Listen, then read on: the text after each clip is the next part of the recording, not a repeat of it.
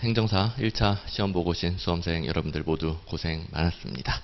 자, 일단 세 과목 중에서는 행정학을 가장 어려워 하셨던 것 같은데, 저랑 함께 차근차근 공부하셨던 분들은 다른 세상 얘기였죠.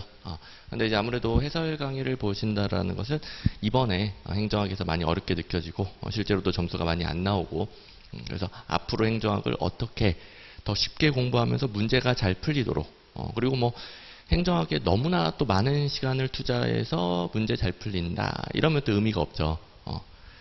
적게 공부하고도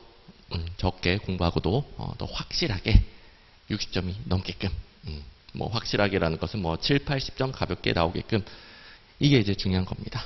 우리 시험 제도상 2차가 메인이고 2차에 더 많은 시간과 노력을 쏟아 부어줘야 되는 데다가 1차도 다른 과목들도 있고, 그래서 행정학, 제가 항상 적게 공부하고도 제가 강조드리는 거, 그냥 동그라미로 표현할게요. 시험에 매번 나오는 거, 이거 제대로 공부하면 70점, 80점 그냥 나온다. 제가 엄청나게 강조드린 이 부분을 위주로 공부하셨던 분들은 이미 지금 이제 해설 강의 찍으러 오면서도 수험생분들 많이 만나는데, 선생님 70점 넘었어요, 80점 넘었어요, 선생님 감사합니다, 이런 분들 인사 많이 주시고, 또 온라인에도 제 카페 등등에도 70점 이상 후기들 올라오고 있는데, 자, 이번 행정 시험이 어렵게 느껴졌던 분들은 지금부터라도 우리 행정사 1차 객관식 행정학 시험 문제로 나오는 것을, 시험 문제를 해결할 수 있게 이해하고 정리해서 문제를 풀 수 있게끔 만드는 겁니다. 자, 그럼 일단 이번 시험이 많은 분들이 세 과목 중에 너무 어려웠고, 그리고 이건 정답이 아리송해서 도저히 이거 헷갈리고, 그 다음에 이거 내가 공부한 데서 안 나오는 것 같고, 그런 것들을 다 일일이 확인을 하면서 근거가 있어야 되죠. 근거. 저 같은 경우는 이제 해설 강의에서 그동안 행정사 기출문제에서 얼마나 똑같이 나왔는지, 그리고 우리 행정사 시험은 역사가 짧기 때문에 행정사 기출문제만으로는 60점어치를 다 대비할 수가 없습니다. 그래서 제가 각종 객관식 행정학 시험에서 너무너무 잘 나오는 것들이 행정사 시험도 대기 중이니까 이거 준비하세요. 많이 주지도 않았어요. 행정사 기출문제, 그동안 280문제가 쌓여 있었죠. 제가 거기다가 추가로 128문제 정도 줬습니다. 반도 안 됩니다. 근데 거기서 또 얼마나 많이 나왔으면, 이걸 제대로 했을 때, 제가 동그라미로 표현할게요. 이걸 제대로 했을 때 몇 점이 나오는지 제가 일일이 다 비교시켜 드릴 겁니다. 이게 행정학의 시간 투자를 그동안 많이 못했고, 그리고 행정학을 저랑 같이 공부하지 못했던 분들은 이 객관식 행정학 시험에 맞지 않게끔 공부해서, 이게 정말 이번 시험이 그동안 내가 봤던 기출문제에서 있었던 거 맞나, 내가 배운 거 맞나, 그래서 제대로 매칭이 안 되시는 분들은 꼭 해설 강의 잘 듣고, 이렇게 똑같이 나온 것들 앞으로도 계속 나오겠구나, 잘 대비해 주시고, 그리고 제가 드리는 것들은 다 근거가 있는 것들이니까 이건 앞으로 나오겠구나, 그럼 이제 넉넉하게 7, 80점 나온다, 이 방향성을 일일이 다 확인해 보면서 잡아보도록 하겠습니다. 자, 일단 제 강의를 처음 듣는 분들도 있으실 테니까 제가 간단하게 제 양력을 띄우고 시작하는데, 이건 제 강의 능력 등등에 대해서 보증수표 정도로 봐주시면 되겠고, 저는 이제 한마디로 표현하면은 어떻게든 여러분들이 문제가 풀리게끔 가르쳐 드립니다. 어떻게든. 또 다시 강조드리지만 적게 공부하고도 문제가 풀리게끔 가르쳐 드립니다. 수험 적합성을 극대화시켜 놨다라고 표현 드릴게요. 어쨌든 이제 이번 시험 준비하기 전에 제가 모든 강의에서 항상 이 화면을 띄웠었습니다. 들으신 분들은 아실 테고, 자, 모든 강의에서 제가 24년도 시험 문제가 그 전 기출문제 250문제를 바탕으로 얼마나 똑같이 출제되었는가, 아직은 11문제 44점어치다. 그러면 이제 60점이 안 되잖아요. 그러니까 행정사 기출문제만 가지고는 60점을 못 넘는다.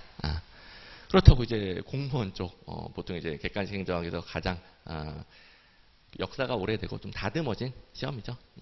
공무원 쪽, 제가 기출문제집 한 1600문제 정도를 주는데 거기서 84점어치가 출제가 됐습니다. 이건 좀 과하죠. 자, 60점만 넣으면 되는데 이건 또 너무 많아요. 그래서 제가 이쪽에 가깝게 아주 효율적으로 대비를 시켜줄 건데, 이보다는 살짝 넘어야 된다고 그랬고, 그리고 여기다가 이제 24년도 기출문제가 추가되면서 280문제. 그 다음에 여기서 당연히 다 보면 큰일 나죠. 근데 모든 객관식 행정학 시험에서 가장 많이 출제되는 거. 행정사도 아직 역사가 짧아서 안 나왔을 뿐이지 대기 중이다. 라고 했던 거 제가 128문제를 드린 거죠. 이렇게. 그래서 제가 행정사 전용으로 낸 기출문제집이 408문제짜리 약 400문제 안에서 여러분들 충분히 다 넉넉하게 60점 넘도록 60점이 아니라 지금부터 확인해 볼 건데 자, 넉넉하게 72점 이상 나오게끔 제가 넣어줬습니다. 요걸 이제 일일이 확인해 봅니다. 일단 분류를 하면 이렇게 되어 있는데 제가 모든 문제를 다 비교시켜 드릴 거예요. 제가 이제 표만 준다고 해서 여러분들이 믿는 게 아니란 말이에요. 또 저를 믿는 것도 중요하지만 여러분들이 뼈저리게 느껴야 돼요. 진짜 이렇게 똑같이 나온다고? 그러면 공부 방향이 제대로 잡히는 거죠. 이걸 제대로 공부해야 18문제 72점이죠. 이걸 제대로 공부해야 내가 적게 공부하고도 확실하게 70점이 넘겠구나. 60점은 넉넉하게 넘고요. 그 방향성이 제대로 잡힙니다. 행정학은 배워보셔서 아시겠지만 굉장히 중구난방이고 체계가 없는 학문이기 때문에 방향성을 조금만 잘못 잡으면 공부가 산으로 갑니다. 제가 추려준 408문제만으로도 70점이 넉넉하게 넘는데 물론 이제 행정사 기출문제만으로는 부족하지만 이제 올해 시험에 이번에도 부족했죠. 부족하지만 그래도 제가 예상문제 준 것까지 하면 넉넉히 넘는데 방향을 잘못 잡으면 엉뚱한 거 이해하고 엉뚱한 거 공부하다가 정작 문제가 안 풀린다. 그래서 제가 괜히 여기를 중간에 놓는 게 아니겠죠. 이번 2025년 시험에서는 행정사 기출문제 280문제 쌓여있던 거에서 12문제가 출제가 됐고요. 자, 일일이 확인시켜 드린다고 그랬습니다. 그리고 이제 예상문제 128문제 더 준 문제에서는 18문제가 출제가 됐다. 합쳐가지고 그러면 280문제 중에 12문제 128문제 중에서는 6문제가 출제가 됐다라는 거죠. 단순 계산해도 적중률이 제가 드린 게 더 높죠. 왜냐하면 이건 다시 강조드리지만 모든 객관식 행정학 시험에서 미친 듯이 나오는 주제들. 그래서 행정사도 대기 중이다 라고 강조해줬던 거니까 예상 문제로 넣어드렸죠. 예상 문제 넣어드렸었죠. 많이 드린 것도 아니고 행정사 기출문제의 반절도 안 되는데 그랬더니 이제 넉넉하게 70점이 넘는다. 역시 일일이 다 확인해 볼 겁니다. 그래서 뒤에 행정사 기출문제, 기출문제집 이렇게 표시를 문제마다 해놨는데 여러분들 보고 계시는 해설지도 마찬가지고 해설지에 다 표시가 되어 있는데 기출문제집으로 표시된 것은 행정사 기출문제도 당연히 포함하는 겁니다. 그리고 행정사 기출문제라고 표시된 것은 그동안 행정사 기출문제만으로 풀 수 있는 거고요. 이렇게 구분해 주시면 되겠고 그 다음에 기본서에서는 몇 문제가 나왔나 보니까 기본서 꼴랑 400페이지도 안 되거든요. 행정학 기본서가 400페이지도 안 된다. 정말 말도 안 되는 분량입니다. 아시다시피 행정학은 굉장히 방대하고 범위가 무한정해요. 근데 제가 400페이지도 안 되게 그것도 각종 여러분들 수험 적합적으로 가장 이해가 잘 되면서 문제가 잘 풀리는 장치들까지 제가 꼼꼼하게 넣어줬는데 하여튼 요 정도면은 무려 24문제 마지막 75번 빼고는 기본서에 다 있습니다. 근데 이 말이 제가 기본서 다 잘 보세요가 당연히 아니겠죠. 우리 96점 안 맞아도 됩니다. 시간 많이 투자하고 60점 넘는 거 의미 없습니다. 2차도 있으니까. 그러면 이제 방향이 잡힐 겁니다. 이거 제대로 하면 행정학은 적게 공부하고도 확실하게 60점 넘는다. 넉넉하게 70점, 80점 나온다. 자, 물론 혹시 행정사 처음 공부하신 분들은 행정학은 이론 강의를 안 들으면 아예 알아들을 수가 없습니다. 이게 시험이다 보니까 기출문제가 제일 중요해요.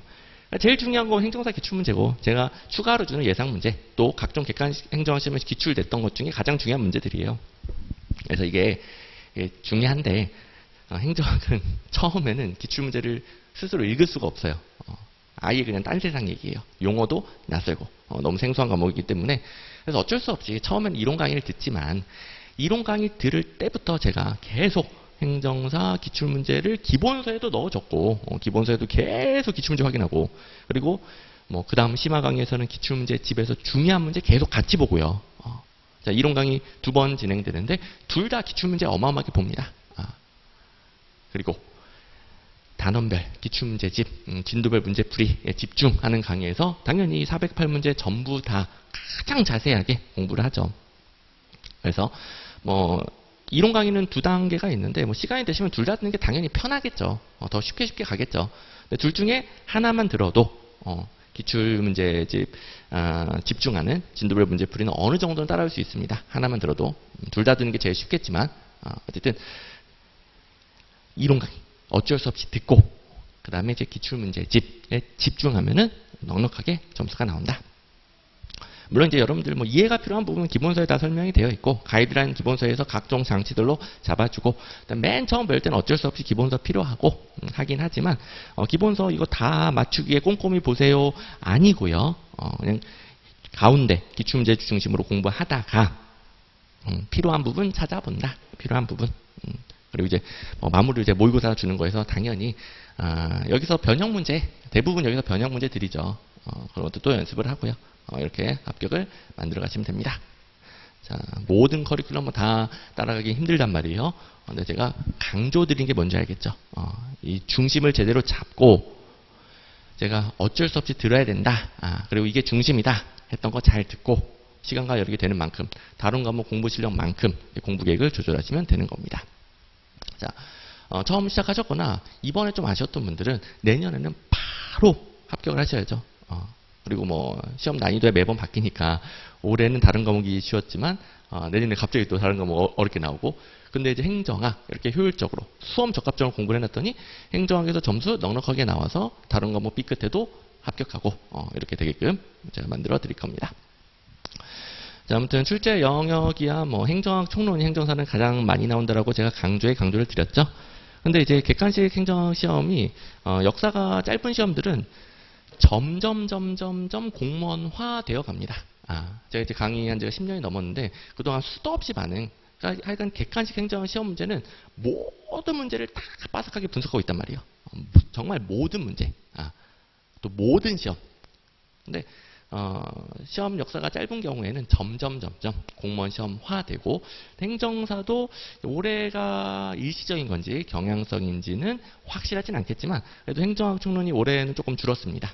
원래는 훨씬 많이 나왔었는데 조금 줄어들기 시작했고 그리고 이제 골고루 재무론까지 잘 나오고 있고 그다음에 이제 행정 환류도 행정사 시험에 아주 좋아하는 출제 포인트가 있는데 이번에는 안 나왔고요. 지방자치론 세 문제 이렇게 나왔습니다. 자, 그러면 아시다시피 행정 환류는 양이 제일 적어요. 근데 그만큼 출제 비중이 떨어지니까 제일 잘 나오는 거 위주로 확실하게 하는 거고요. 나머지는 행정학 총론 뭐 당연히 제일 중요하고 골고루 잘 나오니까 여러분들이 방향성 올해 분포를 바탕으로 참고를 해주시고 자, 이제 51번부터 들어가는데 제가 올해 기출문제 그리고 행정사 기출문제집입니다. 그래서 이제 행정사에 출제했던 사례들 그리고 예상문제 넣어드렸던 거 제가 일일이 다 비교시켜 드린다라고 그랬죠. 그래야 정말 뼈저리게 느껴집니다. 이렇게 똑같이 나오니까 내가 이거부터 제대로 공부해야 되겠다. 그러니까 합격이라는 게 너무 공부 범위가 좁아도 안 되고 모질라죠. 그러면 너무 넓으면 다른 시험 2차에 방해가 되죠. 그래서 딱 적정 범위 이걸 이제 뼈저리게 느끼는 시간입니다. 자, 일단 51번 행정학의 접근 방법에 대한 설명으로 옳은 것은 자, 이 문제 같은 경우에는 행정사 18년도에 출제됐던 제가 중요도 A급 너무너무 중요한 문제라고 그랬죠. 거의 그 문제에서 변형한 문제가 또 나왔어요. 자, 그래서 이걸 먼저 볼게요. 1번의 행태론에서 맥락성과 상대성 땡으로 냈고요. 이 자리가 보편성, 일반 법칙성 그런 자리예요. 행태론 하면은 X면 Y다. 인과관계를 증명하는 사실을 바탕으로 증명하는 과학적인 연구.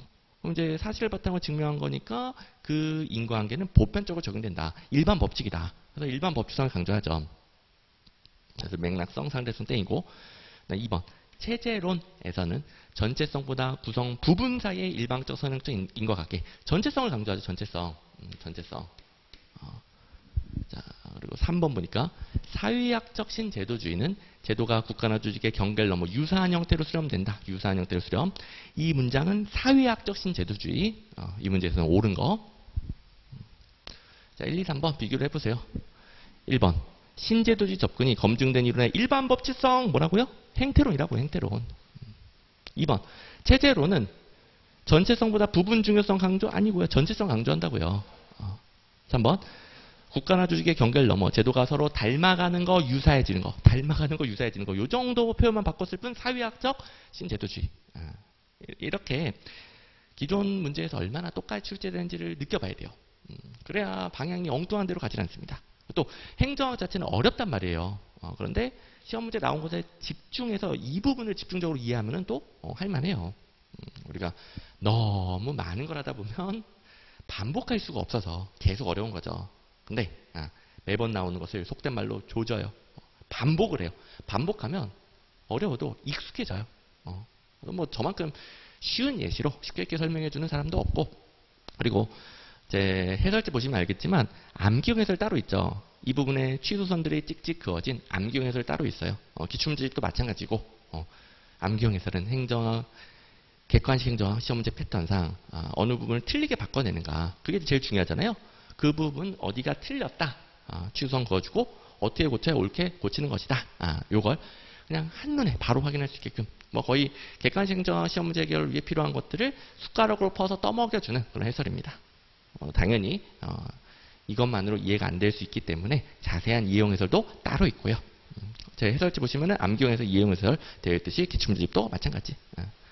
그러니까 어느 부분을 틀게 바꿔내는지 이런 거 명확하게 파악할 수 있죠.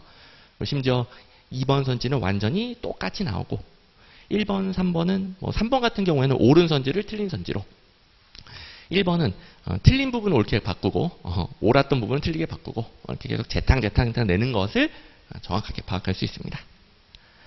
이제 5번. 이상적인 제도를 법제화하면 안정적인 사회 질서가 유지된다. 이거는 보편적인 제도를 찾는 거예요. 제도 자체만 연구해서 이런 제도를 만들면 잘 돌아간다. 끝. 이러면 구제도주의죠. 어쨌든 이게 구제도주의인지 신제도주의인지는 헷갈릴 수 있어요.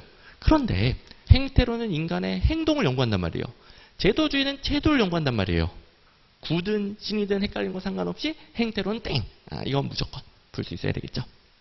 그래서 지워서 4번 골라주시면 되겠는데, 공공선택론에 관련해서 4번도 배우긴 배웠지만 요건 이제 그동안 기출문제에서는 없었던 문장이긴 해요.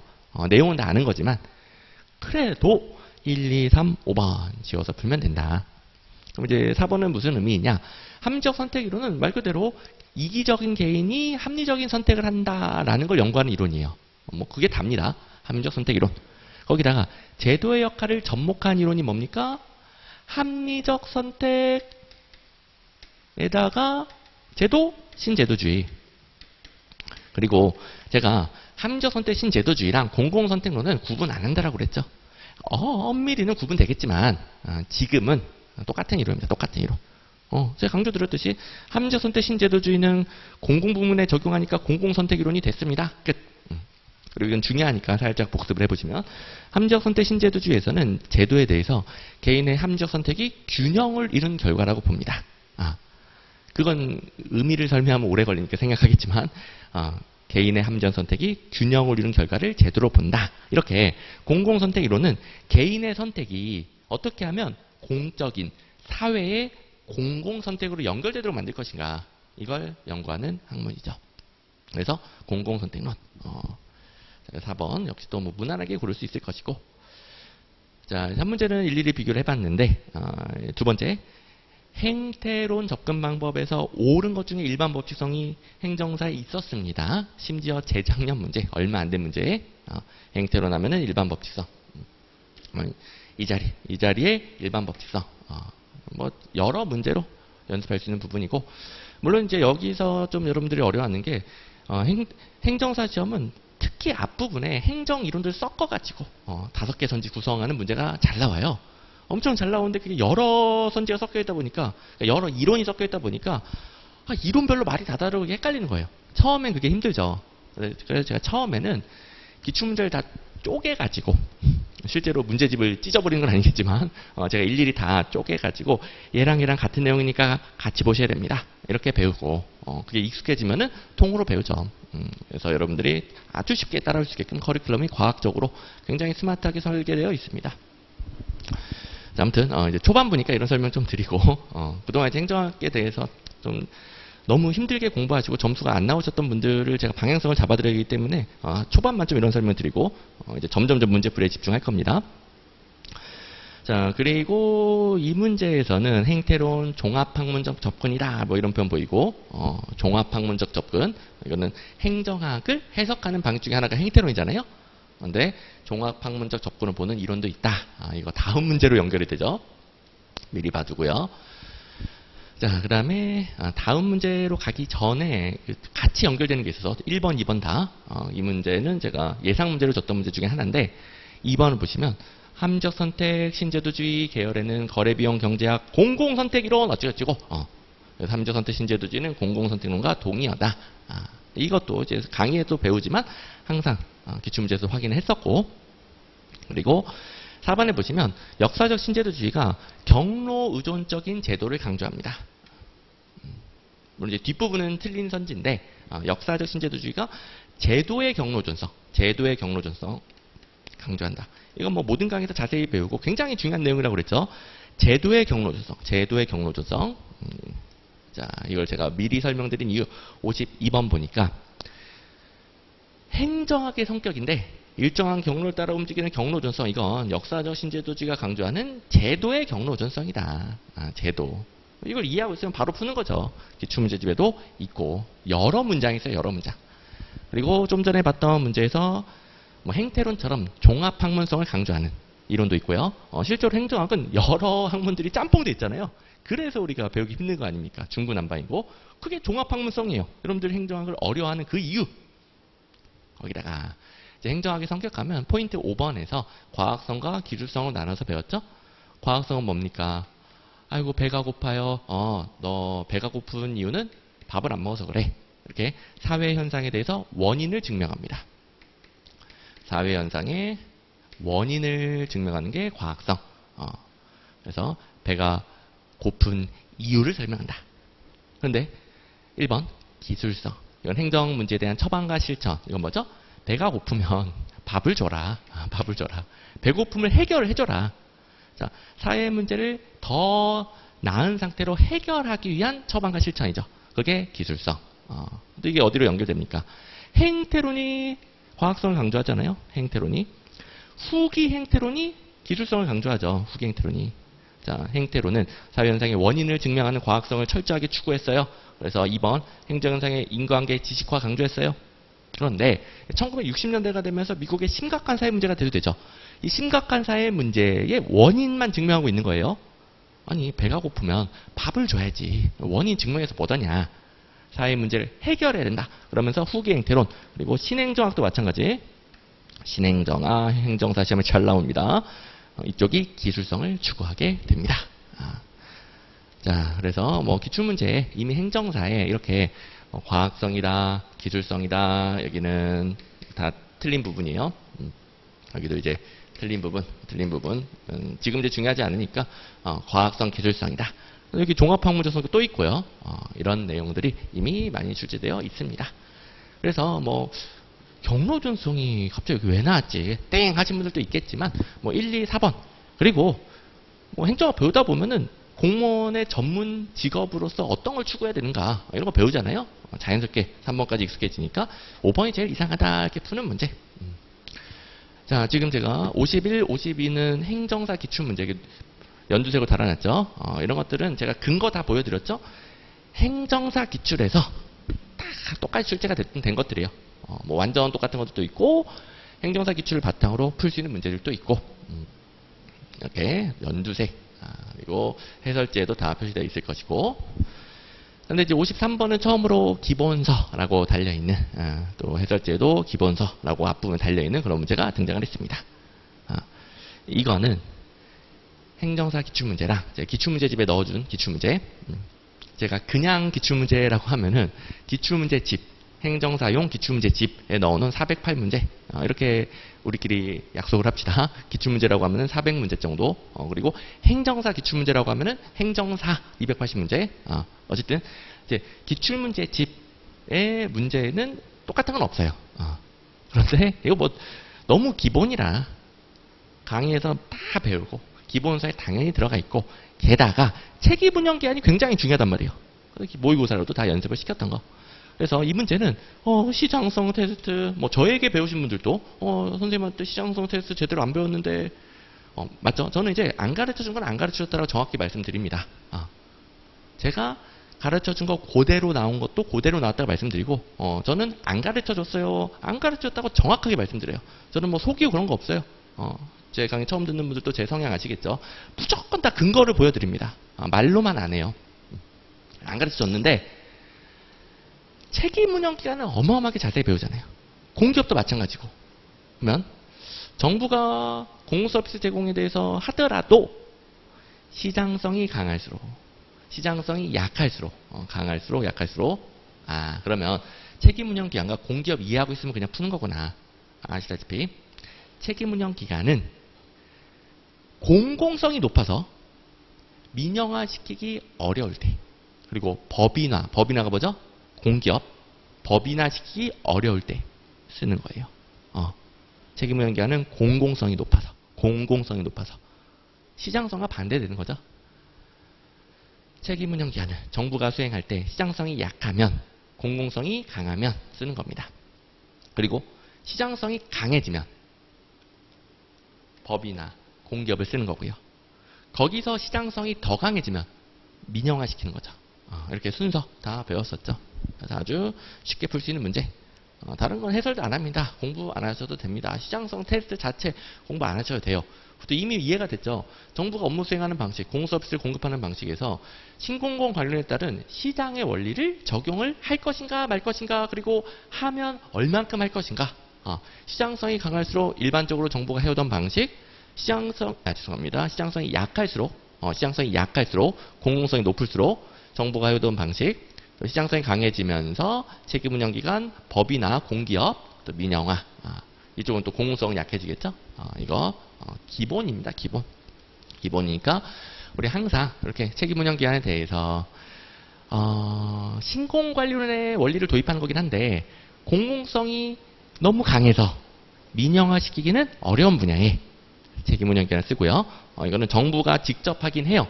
하지만 민간기업의 경영기법, 성과관리를 도입한다. 항상 이렇게 정리를 했죠. 항상. 그래서 우리 기본서 페이지는 해설지에 다 적혀 있습니다. 이거는 205페이지의 그림, 밑에도 하나 더 뜰 텐데 210페이지의 그림, 기본서 페이지는 해설지에 다 적혀 있으니까요. 참고하실 분들은 참고하시고, 어쨌든 기본서 보시면은 정부가 직접 하는 거 책임운영기관. 근데 어쨌든 책임운영기관은 공공기관, 법인 형태, 공기업, 공기관은 공기업 있죠. 정부가 직접 하는 것이든 법인 형태이든지 간에 민간기업의 경영방식 도입할 수 있긴 한데, 공공성이 큰 분야는 책임운영기관, 시장성이 큰 분야는 공공기관, 공기업. 그러니까 시장성 기준으로는 이쪽이 더 크다. 더 커지면 여기 뭐가 들어간다고요? 민영화. 민간기업이 수행하는 민영화가 들어가게 되는 겁니다. 그렇죠? 이렇게 정리를 했었고, 기본서 문장도 뭐 워낙 중요하니까 제가 여러 번 강조드렸던 문장. 책임운영기관의 적용 분야 얘기해요. 공공성이 높은 분야. 법인화된 공기업보다 공공성을 더 중시한다.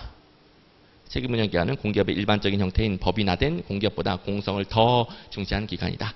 그래서 2번 법인화나 민영화가 곤란한 분야에 적용한다. 높은 공공성으로 인하여 법인화나 민영화가 곤란한 분야. 제목도 달아주고 또 밑줄도 쳐주고, 심지어 여기 기출문제도 넣어줬고요. 됐고. 자, 그리고 이런 것들은 워낙 중요하니까 모의고사로도 연습을 시켰습니다. 자, 마지막 커리큘럼이죠. 전범위 모의고사 2회치에 제 전범위 모의고사는 1회치는 20년도 행정사 기출문제 변형, 2회치는 21년도 행정사 기출문제 변형, 5회치는 작년 24년도 행정사 기출문제 변형 문제예요. 그래서 63번을 변형한 문제, 63번 중에 책임운영기관이 있었거든요. 변형한 문제 4번을 보시면 책임령 기한은 정책 결정 기능보다 주로 사업적 집행적 성격의 강한 기능을 수행한다. 랑. 공공성이 높아 민영하기 어려운 분야의 성과관리 방식을 도입하여 효율성을 높이기 위한 것이다. 그래서 자 법인화는 이쯤 있는 거죠. 법인화는 법이나 공기업 이쯤 있는 거죠. 그래서 요 순서 이렇게 여러 가지 형태로 대비했기 때문에 쉽게 맞췄을 겁니다. 이렇게 보신 분들은 쉽게 맞췄을 겁니다. 자, 이제 54번은 다시 행정사 기출문제. 뭐 지겹게 봤죠. 육어버넌스로 정말 많이 나옵니다. 자, 일단 기억 정부 내부 관리에 초점 땡, 리을 정부 단독 땡. 너무 쉬웠던 문제.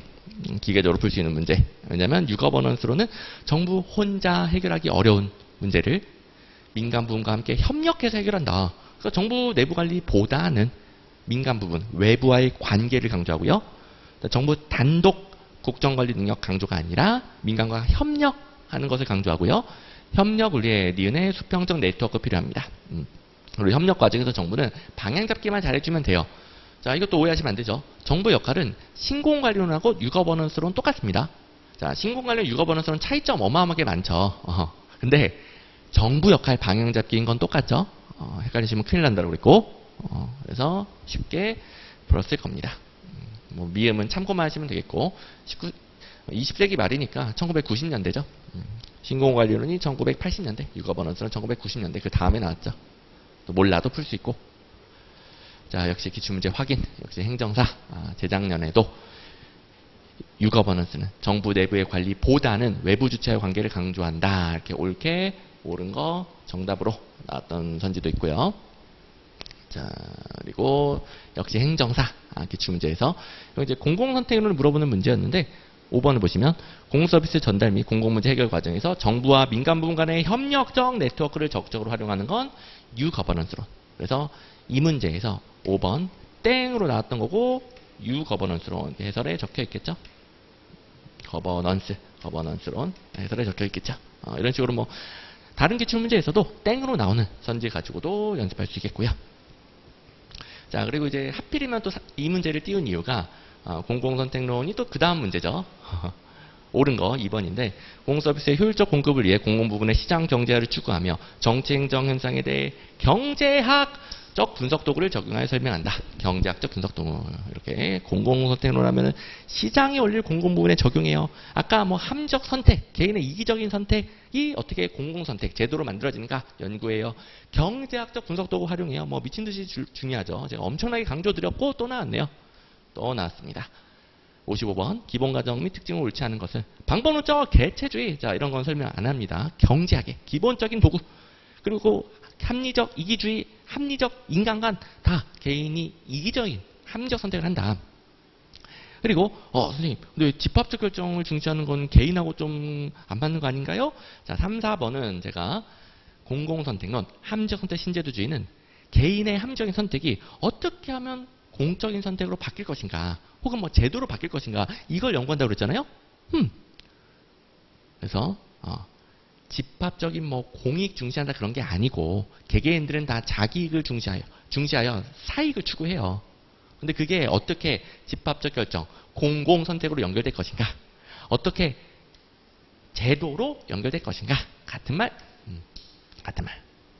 그래서 좀 어려워하신 분들이 있을 수 있으니까 아까 제가 예를 들여다가 만 거 합리적 선택 신제도주의 공공선택론에서는 개인들의 합리적 선택이 균형을 이룬 결과를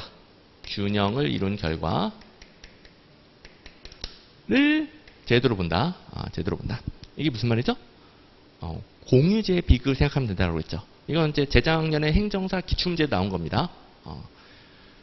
공유제의 비극. 개인들이 다 공유제에 대해서 이기적인 합리적인 선택을 하게 되면 다른 사람이 쓰기 전에 빨리빨리 써야 돼요. 모두가 똑같은 생각을 하면 공유제가 금방 고갈되죠. 그걸 방지하기 위해 제도가 만들어집니다. 오스트롬이라는 학자가 모두 다 이걸 이해하고 있으니까 우리 모두를 위해 공유제를 뭐 예를 들어 한 번 잡을 때 몇 킬로만 잡는다. 한 번 먹을 때 몇 개만 먹는다. 이렇게 규칙을 정하는 거예요. 그러면 적절하게 소비가 이루어지고 공유제가 계속 유지가 되겠죠? 그러면 계속 쓸 수 있어요. 공유제 비극 고갈돼 버리면 아무도 못 쓰잖아요. 그러니까 이거는 뭐 공익을 위해 그런 게 아니라 각자 자기를 위해 제도가 만들어질 수 있다는 거예요. 제도가 없는 경우에 모두 이기적인 선택을 하면은 공유제가 고갈된다. 그런데 그 고갈을 방지하기 위한 제도를 만들면 그 제도 하에서는 공유제가 유지되고 모두가 계속 더 큰 이익을 볼 수 있는 거예요. 이런 식으로 합리적 선택 신제도주의가 말하는 제도, 이게 공공선택, 집합적 결정, 제도적 장치가 되는 겁니다. 쉽게 말하면 개인들의 합리적 선택이 모두에게 손해가 되는 걸 방지하기 위한 제도가 만들어진다.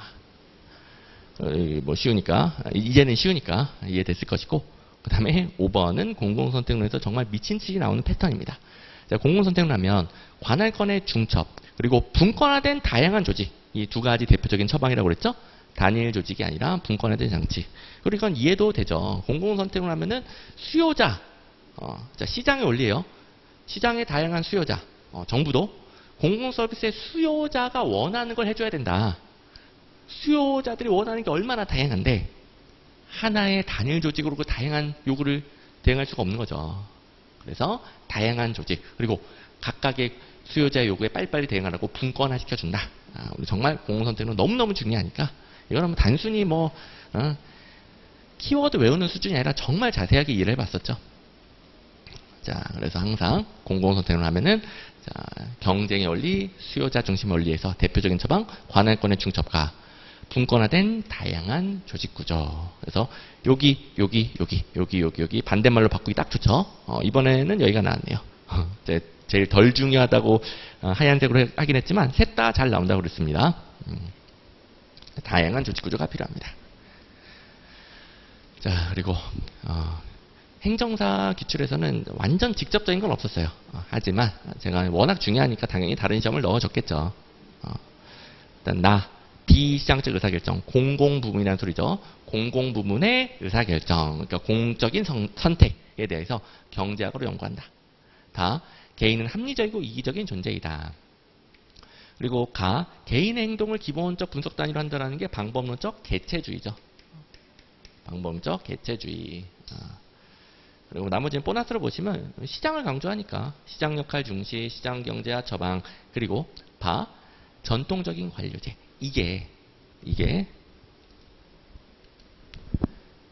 독점적이고 공급자 중심적인 굉장히 집권화된 구조죠. 단일의 조직이죠.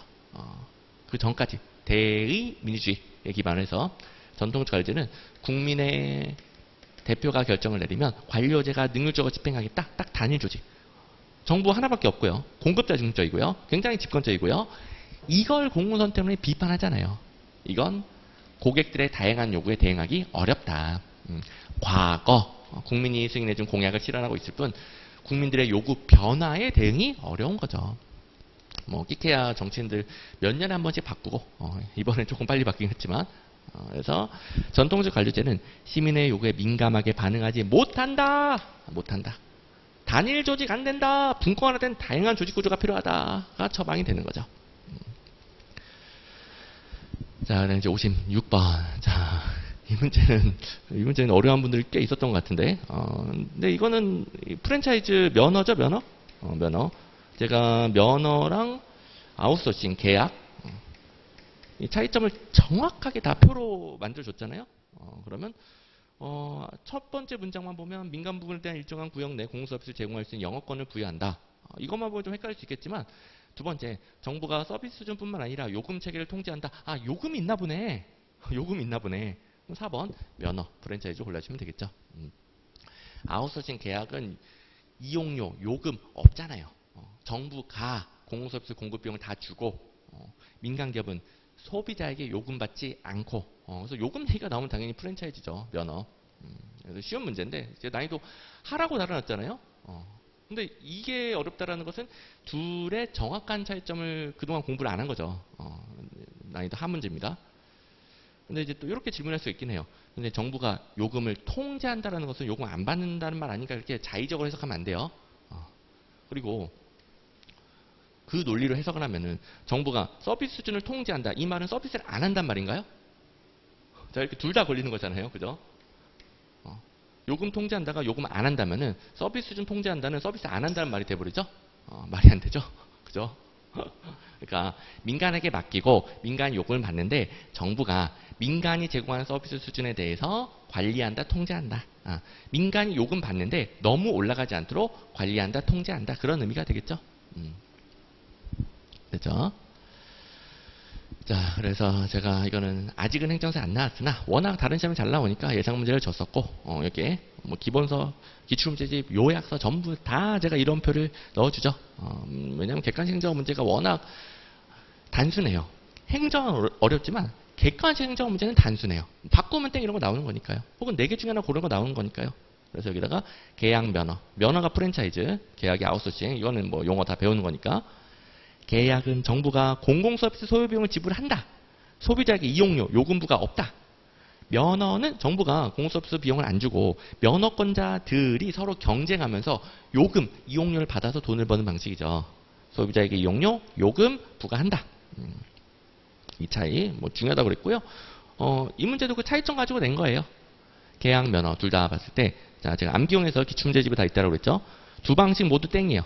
아니, 내용을 봐야지, 내용. 정부가 생산자에게 소요비용을 직접 지불한다. 자, 정부가 공공서비스 소요비용을 직접 지불한다. 두 방식 모두는 땡이고, 계약은 맞죠. 계약은 정부가 소요비용을 지불합니다. 대신에 이용료는 안 받고, 근데 면허는 정부가 소요비용을 지불하지 않죠. 대신에 이용료, 요금은 받고. 뭐 이런 문제 원래부터 잘 나오던 거니까요. 제가 가장 연습하기 좋은 문제를 넣어줬던 겁니다. 그리고 당연히 이해용 해설에도 계약 방식은 어떻다, 면허 방식은 어떻다 자세하게 또 적혀 있고요. 이제 57번 이건 다시 또 기본서가 떴네요. 이거는 2번 모르면 큰일 나죠. 효과성, 효율성 바뀌어 있고 그 다음에 5번 모르면 큰일 나죠. 실체설. 이건 다 기출문제에 있었던 거. 자, 먼저 하고 있는 2번, 5번은 기출문제에 있었던 거. 근데 제가 1, 3, 4번을 기출문제만으로 바로 정확하게 판단할 수 없기 때문에 기본서로 넣어놨을 뿐. 내용은 다 배웠죠. 내용은. 일단 뭐 중요한 것부터 해봅시다. 결과적 측면을 강조하는 건 목표 달성도, 목표 대비 산출, 효과성. 그리고 과정적 측면을 강조하는 거, 목표 달성 과정에서 뭐가 들어가요? 투입 비용이 들어가죠. 투입 대비 산출, 효율성. 혹은 능률성, 효율성, 능률성. 바뀌었죠? 5번. 공익과 사익이 명확히 구분되는 별개의 개념이다. 실체설. 실체설, 과정설 이해하기는 어렵지만 실체설, 과정설 바꾸면 땡. 이건 쉽단 말이에요. 실체설은 사익 위에 공익이 있다. 절대적 가치다. 완전히 구분되는 거죠. 근데 과정설은 다양한 사익들이 모여서 조정 타협되면서 공익이 형성됩니다. 명확히 구분이 안 되는 거죠. 그리고 이제 처음 출제됐지만 3, 4번은 기본 중에 기본. 우리 민주성을 두 가지 차원으로 배우는데 국민의 참여는 당연히 행정부 외부의 민주성, 대외적 민주성, 관료의 참여가 대내적 민주성. 간단하고요. 4번 약자에 대한 배려. 이거는 약자들 다르니까 더 많은 배려를 해준다. 다르게 취급하는 거죠. 수, 직적 형평성. 그리고 동등한 자들 간의 공평. 같으니까 계속 같게 취급한다. 수, 병적 형평성. 이건 뭐 느낌 살릴 수 있잖아요. 같으니까 계속 같게. 계속 이제 수평적이에요. 같으니까 계속 같게. 수평적 형평성. 같은 것은 같게. 근데 수직적 형평성은 사회적 약자들처럼 소득 분배 불평등이 벌어져 있는 거예요. 그러면 부자에게서는 뺏고 약자에게서는 주고 수직적인 움직임 있죠? 수직적 형평성. 쉽죠? 그리고 1번 뭐 제일 어려울 수 있으나 과거 근대 입헌국가, 입법국가 대공황보다도 전 아닙니까? 이때는 행정부 역할이 소극적이었는데 지금은 현대 행정국가화 현상, 과거 행정국가처럼 다시 또 현대 행정이 심각한 사회 문제를 해결하기 위해서 다양한 새로운 역할이 요구되고 있습니다. 그때 이제 입법부랑 행정부 중에서 사회 문제에 대한 대응이 빠른 거. 자, 입법부는 뭐 정당 소속에 따라 정당들끼리 또 싸우기도 해야 되고 그리고 법률 제정 절차 굉장히 오래 걸립니다. 근데 행정부는 바로 공무원 보내서 대응할 수 있죠. 자, 문제에 대한 대응이 빠른 건 행정부. 그래서 현대 행정에서 합법성은 입법부가 정해준 법을 행정부가 그대로 지키시오. 보다 좀 더 상황에 따라 신축적인 법의 적합성을 강조하고 있습니다. 이거는 우리 행정학 배우면서 계속 현대 행정의 흐름을 배웠잖아요. 정말 지겹게 배웠기 때문에 그러면 뭐 합법성은 가장 소극적으로는 행정부는 법을 지켜야 돼, 위반하면 안 돼가 있고, 좀 더 적극적으로는 여러분들 행정법에서 배우는 법률의 위임, 근거가 있어야 된다. 법률 유보도 있고, 상황에 따라 신축적으로 적용할 수 있어야 된다. 뭐 법의 적합성도 있고, 근데 현대행정은 당연히 후자, 좀 더 적극적인, 행정부 역할도 적극적인 시절이니까 적극적인 의미가 필요한 거죠. 자, 아무튼 기출문제 있었던 거, 투입 대비 산출은 능률성, 효율성이다.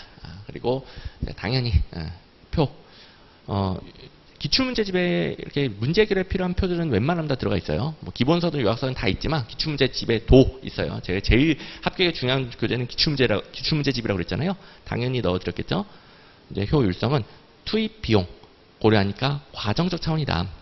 근데 효과성은 투입 비용 고려 없이 목표 대비 산출, 목표 달성도죠. 그러면 목적적, 기능적 차원이다. 이거는 결과적인 거죠. 목적만 달성하면 되니까. 그래서 뭐 이런 표현들도 다 나올 수 있다라고 했던 거. 그리고 약간 이 문제도 행정사 문제, 행정사. 실체설, 과정설 구분은 엄청나게 잘 나오죠. 여기서 실체설에서 개인의 사익을 초월한 게 공익이다. 오케이. 1번이 정답이었던 문제. 옳은 거 1번이 정답이었던 문제. 사익을 초월한 공익. 사익과 공익은 별개의 개념이다. 실체설. 당연히 여기도 시험에 잘 나오는 표현도 정리되어 있고요. 그리고 이제 나머지는 기본서에 있는데, 이건 뭐 기본서 일일이 뒤져보지 않는다 하더라도 이해가 잘 되는 내용이기 때문에 쉽게 풀었을 겁니다. 국민의 참여, 대외적 민주성, 내부 관료의 참여, 대내적 민주성. 행정학은 이름에 힌트가 있잖아요. 이름만 보면 공짜들이 많아요. 그 다음에 밑에는 형평성의 차원인데, 같은 것은 같게, 수평적 형평성. 다른 것은 다르게. 특히 저소득층, 저소득층 장애인 등 사회적 약자들을 지원해 주는 거. 수직적 형평성. 자, 됐습니다. 자, 그 다음에 이제 58번은, 이해충돌. 공무원 직무상 이해충돌. 요새 좀 유행 중이긴 하죠. 아시다시피 21년도에 LH 공사 사태, 뭐 내부 정보를 이용해서 각종 땅 투기를 해놨었죠. 그러면서 공직자 이해충돌을 방지해야 된다. 사회적으로 논란이 되고, 공직자 이해충돌 방지법도 규정이 되고, 우리 행정사 시험도 그 이후에, 그러니까 한 2년 전인가요? 2년 전 문제에 공직자 이해충돌 방지법 문제도 나오고. 그래서 이건 좀 유행 중이라 당분간은 대비해야 된다고 그랬고, 근데 제가 어떻게 대비시켰죠? 공직자 이해충돌 방지법 규정을 다 외우면 떨어진다. 그거 외우느라 거기서 정작 시험지 나와도 풀지도 못하고요. 너무 규정이 복잡하고 많으니까. 그리고 다른 과목 공부 못하니까, 행정학 더 중요한 부분 공부 못하니까 떨어진다고 그랬죠. 절대 그렇게 공부하면 안 된다. 어떻게 공부하라고 그랬죠? 이해충돌만 정확하게 이해하면 되는 거예요. 제가 이해충돌 이해하면 풀 수 있는 문제 나올 거라고 그랬죠. 연습도 시켜드렸고, 이해충돌이란 공무원의 직무상 의무와 개인적 이해충돌, 쉽게 말하면 공무원이 공적인 권한으로 자신의 사적인 이익을 추구할 수 있는 상황이에요. 그러다 보니까 이게 무슨 말인지 모른다 하더라도 4번, 이해충돌을 규제하기 위한 제도라는 것은 우리가 배웠던 모든 제도 다 뭡니까? 이해충돌 방지를 위한 제도죠. 이해충돌 방지. 사후 규정이 아니라 이해충돌 방지. 밑에도 예시가 있네요. 이거 헷갈리지 말라고 밑에 인사청문회 이런 건 이해충돌 가능성을 사전에 점검하는 것이다. 여러분들 아시다시피 국회가 행정부 장관 등등 행정부 인사에 대해서 인사청문을 미리 하잖아요. 미리. 장관 뽑고 나서 하는 게 아니죠. 장관 뽑기 전 인사청문을 거쳐서 사전적으로 이 사람이 과연 장관 시킬 만한가, 이해충돌 가능성이 있는가, 뭐 아들 잘 군대 갔다 왔나, 다운계약서 쓴 거 없나, 이렇게 검증을 하죠. 사전적 검증. 이게 이해충돌 방지. 나머지는 참고하시면 돼요. 1번, 이해충돌을 회피한다라는 것은 뭐 공무원이든 공무원을 고용하고 있는 국가 지방자치단체든 이 공무원이 이해충돌 소지가 있을 때 자리를 옮겨준다라든가 회피시켜주는 건데, 그 말은 누구도 자신의 사건에 대해 판결할 수 없다. 뭐 사법체계에 대해 비유를 한 거예요. 판사가 자기 사건에 대해 판결하면 이해충돌 소지가 어마어마하죠. 공직자들 전부 다 마찬가지다. 그래서 한번 이해충돌 규제를 강조하는 것은, 국민이 주인이고 관료가 대리인인데, 관료, 대리인이 자신의 공적인 권한으로 사익을 추구하고 있어요. 그러면 주인과 대리인 간의 신뢰가 깨지죠. 신뢰성 유지를 위한 것이다. 뭐 당연한 말이 되겠죠. 자, 그리고 이제 작년에 이렇게 우리나라 공직윤리 확보 제도 어느 법률에 뭐 있느냐. 이게 다른 시험에 어마어마하게 잘 나오니까 작년에 어느 법률에 뭐 있니? 나올 거라고 그랬는데 딱 나왔고, 그다음에 이거는 우리나라 공직윤리 확보 제도들이 원래부터 모든 시험에 어마어마하게 잘 나오니까, 이게 또 나오든, 이해충돌 관련된 게 나오든 2년 연속 나올 수 있다고 그랬습니다. 그래서 잘 대비시켜 드렸는데, 공직자윤리법에서 이해충돌 방지를 정하고 있고, 이것도 이해충돌 방지, 이것도 이해충돌 방지, 이것도 이해충돌 방지, 다 이해충돌 방지를 위한 것이다 강조를 드렸었죠. 또 하나가 선물의 신고 있죠. 선물의 신고까지 해서 하나, 둘, 셋, 넷, 다. 하나 더 있는데? 여기 두 개 있네. 등록 공개해서 5개, 6개. 그래서 2등 공주 선퇴, 이해충돌 방지, 재산 등록 공개, 주식 백지 신탁, 선물의 신고, 퇴직공자 취업 제한, 공직자윤리법에서 2등 공주 선퇴 무조건 외워야 되고 다 이해충돌 방지를 위한 것이다. 강조를 드렸었고, 내부 고발은 부패 방지법. 이제 59번. 이거 이제 기출문제 집에는 없었으나 기본서에는 똑같은 문장이 있어요. 그리고 이제 어느 정도는 지울 수 있죠. 자, 국가재정법에서 1번. 정부는 예산이 여성과 남성에게 미칠 영향을 미리 분석한 보고서인 성인지 예산서를 작성해야 된다. 이건 행정사 기출문제 있어요. 행정사가 성인지 예산 나름 좋아한다고 그랬죠. 있고. 3번. 감사원의 검사를 거친 국가결산 보고서를 다음 연도 5월 31일까지 국회에 제출해야 된다. 결산 과정. 우리 210, 2말, 410, 520, 531까지 국회 제출. 다 외웠었죠. 4번. 정부는 예산이 온실가스를 감축하는 방향으로 집행되는지를 평가하는 보고서인 온실가스 감축인지 결산서. 이건 이제 제가 기본서까지는 안 넣어줬죠. 기본서에 온실가스 감축인지 예산을 마련해야 된다. 이런 문장은 들어가 있는데, 이제 강조는 안 냈죠, 강조는. 어쨌든 뭐 이런 것도 있긴 있다라고 그랬고. 5번. 조세출 해야 되죠. 그리고 최근에 조세지출 예산 제도 강조하고 있기 때문에, 자, 조세출을 통제하기 위한 조세출 예산서를 국회에 제출하더라. 근데 예산안과 함께 제출합니다. 근데 이런 걸 디테일하게 다 외우기는 힘들어요. 어쨌든 조세출 예산서 제출해야 된다까지는 우리가 배웠고, 어쨌든 이렇게 지워가면서 가장 이상한 거 올려주면 되는데, 자, 이 문제 혹여 틀렸다 하더라도 괜찮습니다. 틀렸다 하더라도 감사원 및 총 5개 기관에 대해서 세출 예산 요구액을 감액하고자 하는 경우에는 그 기관장의 의견을 들어야 되는 절차가 있어요. 국무회의에서 듣습니다. 국무회의에서.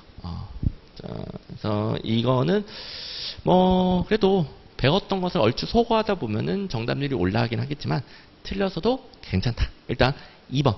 이건 이제 다른 시험에도 나오긴 나와요. 근데 많이는 안 나와요. 많이는. 그러니까 저도 모의고사로는 딱히 안 만들어졌고 나오긴 나오니까 기본서에만 한 문장을 넣어줬어요.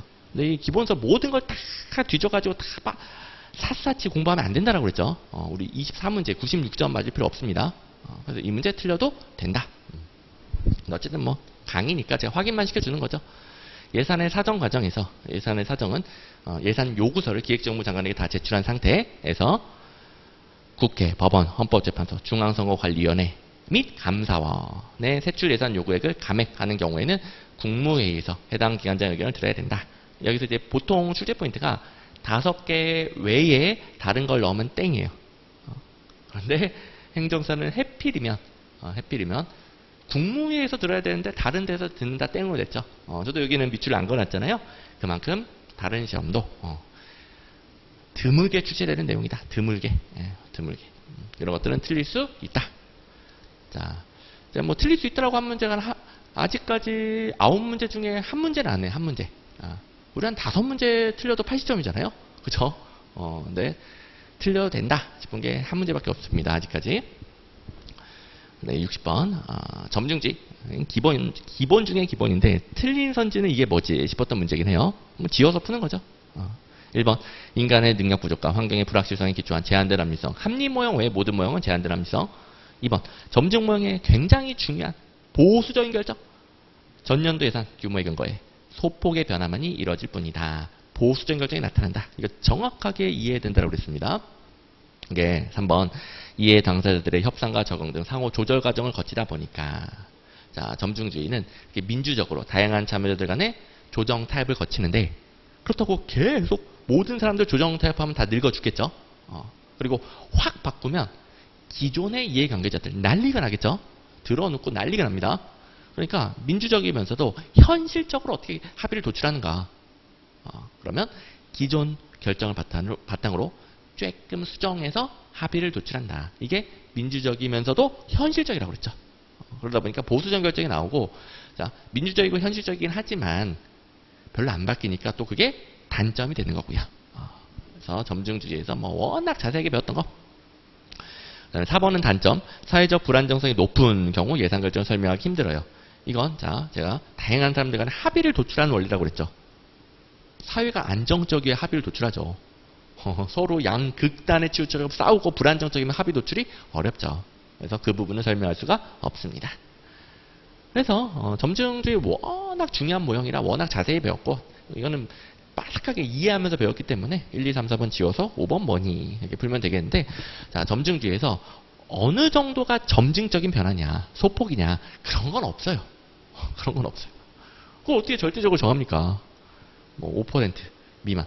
5%가 어떤 경우에는 소폭 변화일 수 있고요. 어떤 경우에는 5%도 어마어마한 변화일 수가 있는 거예요. 그래서 기준은 없다. 자, 우리 점증주의야 뭐 행정사 기출문제도 여러 가지가 있긴 하지만 이제 가장 직접적인 거는 다른 문제여서 제가 기출문제집을 달아놨고, 1번 점증주의 예산 이론은 환경의 불확실성, 인간 능력 부족. 1번 문장 거의 똑같죠. 제한들 합리성. 2번 예산 결정은 전년도 예산의 기준으로 소폭의 변화가 이루어진다. 2번 문장도 똑같네. 3번 3번 먼저 3번 예산 결정을 정치적 과정을 이해해야 되는데 경제적 과정 땡. 정치적 과정이 뭐다? 다양한 참여자들 간 조정 타협 과정. 4번 정적 다원주의, 또 같은 내용이죠. 다원주의와 사회의 안정성을 전제로 한 예산 이론이다. 뭐 이 문제랑 거의 똑같은데요. 1번, 2번, 3번, 4번 똑같죠. 4번은 표현만 바꿨을 뿐. 안정적일 때 쓴다랑 불안정적일 때 못 쓴다랑 그렇게만 바꿨을 뿐. 똑같네. 똑같은 내용. 그래서 기존 객관식, 아이고 죄송합니다, 검증된 기출문제에서 이렇게 대기 중인 내용들 계속 행정사도 나올 것이고, 이렇게 근거가 있는 것들, 워낙 잘 나오는 것들은 제가 이렇게 A급이다. 이런 표현들 아직은 행정사에 제대로 안 나왔지만 A급이다 달아주는 것들은 잘 대비해 주시면 바로 맞추게 됩니다. 자, 그 다음에 이제 다시 또 행정사 기출에 똑같은 내용이 있는 거. 우리나라 예산제도에 대한 설명으로 옳은 것은, 일단 틀린 것도 쉽긴 하지만 3번 문장은 정말 행정사 기출문제 지겹게 많이 나오죠.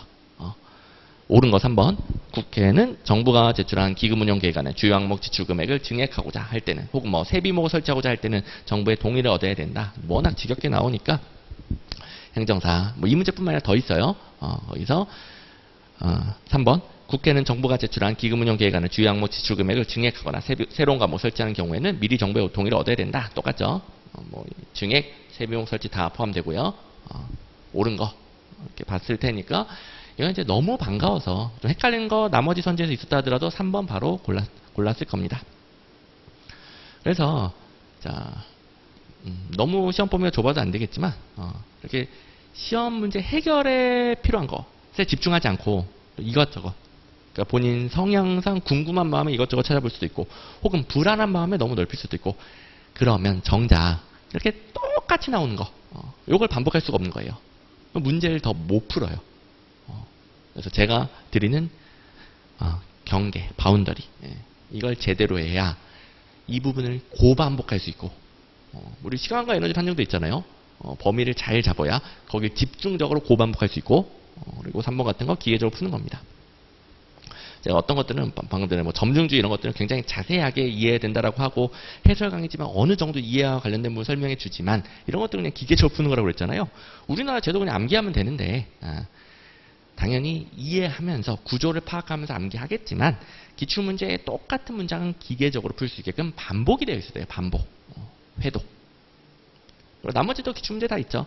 1번 국회에서 추가 경정 예산이 확정되기 전에 이를 미리 배정하거나 집행할 수 없죠.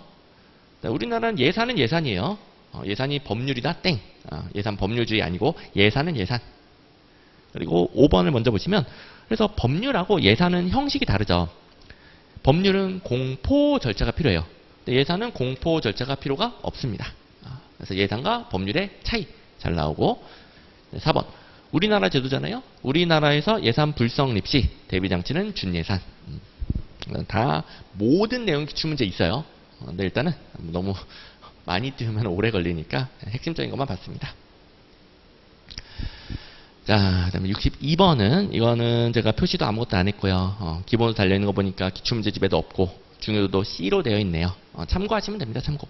그러니까 국가공무원법에 공무원의 의무 한 10몇 가지가 적혀 있죠. 그건 이제 행정사에는 이런 식으로는 처음 출제가 됐고, 그런데 다른 시험에서도 출제 비중이 엄청 높지는 않습니다. 이렇게 가끔씩 나오는 정도예요. 그래서 그냥 읽어보면 되는 수준. 다 맞죠, 이거? 기억은 공무원은 재직 중은 물론 퇴직 후 이런 게 이제 출제 포인트긴 해요.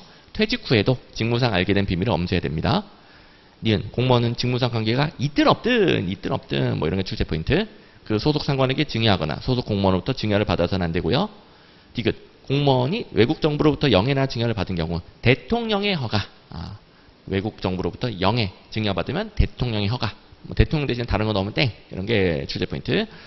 리을 공무원은 공무 외에 영리를 목적으로 하는 업무에 종사하지 못하며 소속 기관장의 허가 없이 다른 직무를 겸할 수 없다. 근데 이제 허가가 있으면 가능하긴 하겠네요. 그래서 아예 불가능하다 땡 뭐 이런 거 나올 수 있겠고. 아무튼 뭐 이건 다 옳은 겁니다. 그리고 기본서에 내용은 다 정리되어 있죠. 내용은 제가 방금 말한 것처럼 그래도 좀 출제 포인트로 나올 수 있는 것들은 제가 다 표시를 해놨는데 뭐 지나갈 때마다 읽어보는 정도면 되겠습니다.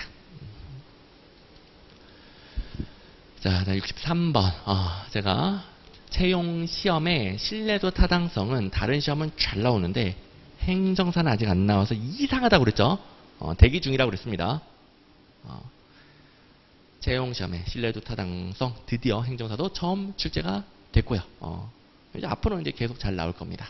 그래서 우리 그동안 공부했던 거, 또 앞으로 공부하실 분들은 제가 채용 시험의 신뢰도 타당성 자세하게 이해시켜주고 문제로 뭐 나오는지 다 정리해 드리니까요. 잘 대비하셔야 됩니다. 자, 시험 성적이 실적 기준과 얼마나 부합하느냐와 관련된 것으로 시험 성적과 직무수행 실적. 시험 성적 높은 사람이 일 시켜보니까 실제로 일도 잘하는가. 기준 타당도죠. 기준 타당도. 그리고 타당성, 타당도와 달리 측정 도구가 측정 대상을 일관성 있게 측정하는 정도. 그러니까 같은 사람에게 같은 시험을 쳤을 때 점수가 일관적으로 나온 정도는 신뢰도. 그리고 신뢰도를 검증하기 위해 동일한 시험을 동일한 대상 집단에게 일정 기간이 지난 후 여러 번 치는 거예요. 뭐 2번만 쳐도 되겠고 하여튼 여러 번 치면은 시험을 또 친다. 재시험법. 그래서 같은 시험 같은 대상. 시간 지나고 같은 시험 같은 대상. 그러면 점수가 비슷하게 나와야 되겠죠? 그리고 시험 치고 시험 또 친다. 또 시험법. 또 시험법, 재시험법. 이름도 쉽습니다. 행정학은 이름에 힌트가 있다고 그랬죠. 네, 여기서 이제 다른 것들도 나오고 그다음에 제가 기출문제로 다 졌다라는 거 확인하기 위해 이 문제를 한번 볼 건데, 자, 기준 타당도는 다시 시험 성적과 직무, 업무 수행 실적 간의 상관관계, 뭐 거의 똑같은 표현. 업무, 직무 이것만 다르고 거의 똑같은 표현. 이 문제에서 그대로 출제가 됐고요. 그다음에 니은은 직무 수행에 필요한 능력 요소를 시험 문제에 얼마나 잘 반영을 했는가. 예를 들어서 행정사, 행정학 시험이면은 여러분들이 행정사로서 일을 하실 때 이런 걸 꼭 알고 일을 해야 됩니다 라는 걸 행정학 시험 문제에 넣었는가. 여러분들 생각하기에 지금 우리 행정사, 행정학 시험이 이게 내용 타당도죠? 내용 타당도가 높은 것 같나요? 실무에 관련성이 큰 것 같나요? 사실 이제 행정학이라는 과목은 실무라기보다는 그 정부 자체를 이해를 하는 거죠. 여러분들이 정부와 민간을 연결하는 역할을 하실 거란 말이에요. 그러면 정부 구조, 공무원, 이 정부 생태계에 대해서 이해하고 있어야 연결이 잘 되겠죠. 그걸 위해 배우는 거긴 하고요. 좀 더 이제 실무에서 필요한 것들은 민법이나 행정법이긴 하죠. 행정학은 그 정부를 이해하고 마인드를 배우는 거. 어쨌든 그런 것과 관련된 것들이 행정학 시험 문제에 들어갑니다. 그래서 현대 행정에서 강조하는 게 뭐냐. 아까 행정 가치 문제에서 현대 행정에서는 소극적인 의미에 무조건 법에 위반하면 안 돼 합법성보다 좀 상황에 따라 신축성을 적용한 합법성을 강조한다고 그랬죠. 여러분도 행정사로서 근무를 하실 때, 그러니까 그 연결하는 일을 하실 때 이런 것들을 알고 있으면 이 법에 토시 하나 안 틀리고 내가 적용해야 되나가 아니라 이 법은 지금 상황상 이렇게 해석할 여지가 있으니까 이 부분을 내가 잘 이용하면 뭐 악용이 아니라 합법적인 범위에서 이용하면 더 민간과 행정부를 연결을 잘할 수 있고 그걸 통해서 민간 기업이나 여러분들에게 의뢰를 맡긴 고객들에게 큰 이익을 안기면 여러분들도 그만큼 큰 보수를 얻는 거고요. 그렇죠. 그래서 행정학이 중요한 거죠. 행정시험이 있는 거죠. 나름 내용 타당도 있는 것 같네요. 그런데 직무수행에 필요한 능력 요소가 추상적일 수 있어요. 추상적인 걸 이론적으로 추정한 능력 요소로 바꿔서 시험 문제에 넣는 게 구성 타당도가 되는 거죠.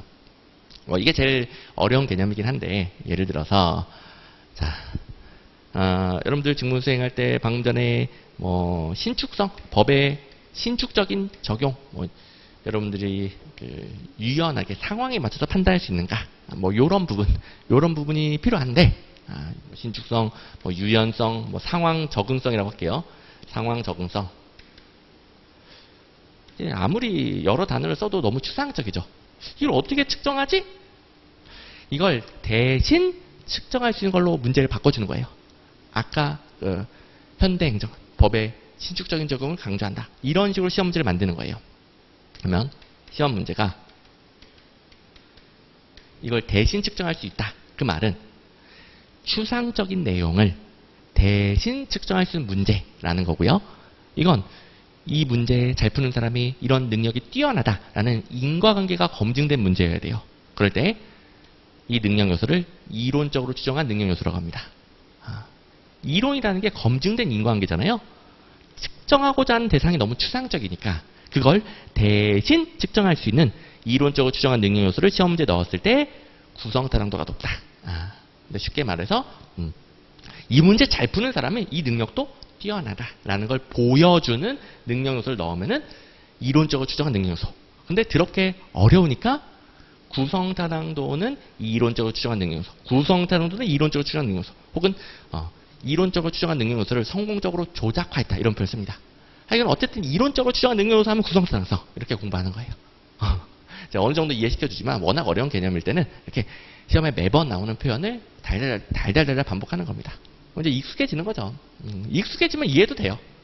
혹시 처음 들어보시거나 원래부터 이해가 잘 안 됐는데 제 이 예시를 통해서 그나마 좀 이해가 되신 분들 앞으로는 더 이해가 잘 될 겁니다. 자, 64번은 역시 행정사에 나왔던 직위분류제. 미친 듯이 나오죠. 또 행정사 시험에 똑같은 문장이 또 나왔습니다. 자, 일단 다른 거 먼저 처리해 볼게요.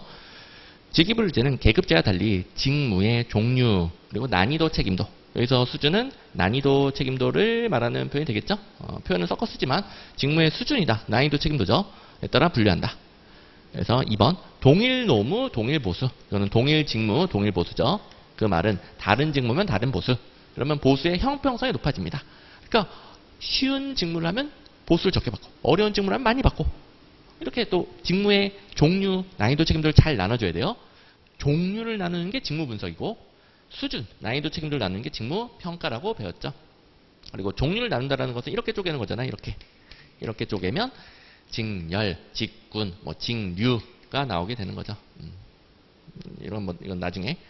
그다음에 난이도 책임도를 쪼갠다. 그러면 이렇게 쪼개게 되는 거죠. 이렇게 쪼개면 등급 혹은 그 일부 직급이 나눠지게 되는 거죠. 등급, 직급, 급이 나눠집니다. 그다음에 5번 이거 제가 계급제, 직위분류제 비교하는 문제에서 틀린 선지로 가장 많이 나오는 거라고 그랬죠. 자, 직위분류제는 계급제에 비해 인사관리의 탄력성과 신축성 확보가 어렵다. 자, 직위분류제 이렇게 나눠놨잖아요.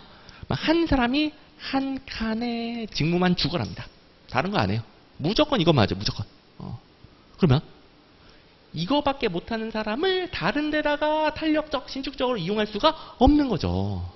예를 들어서 어렸을 때부터 농구 선수를 해서 농구만 죽어라 한 사람을 갑자기 너 축구 선수로 올림픽 나가 되겠습니까?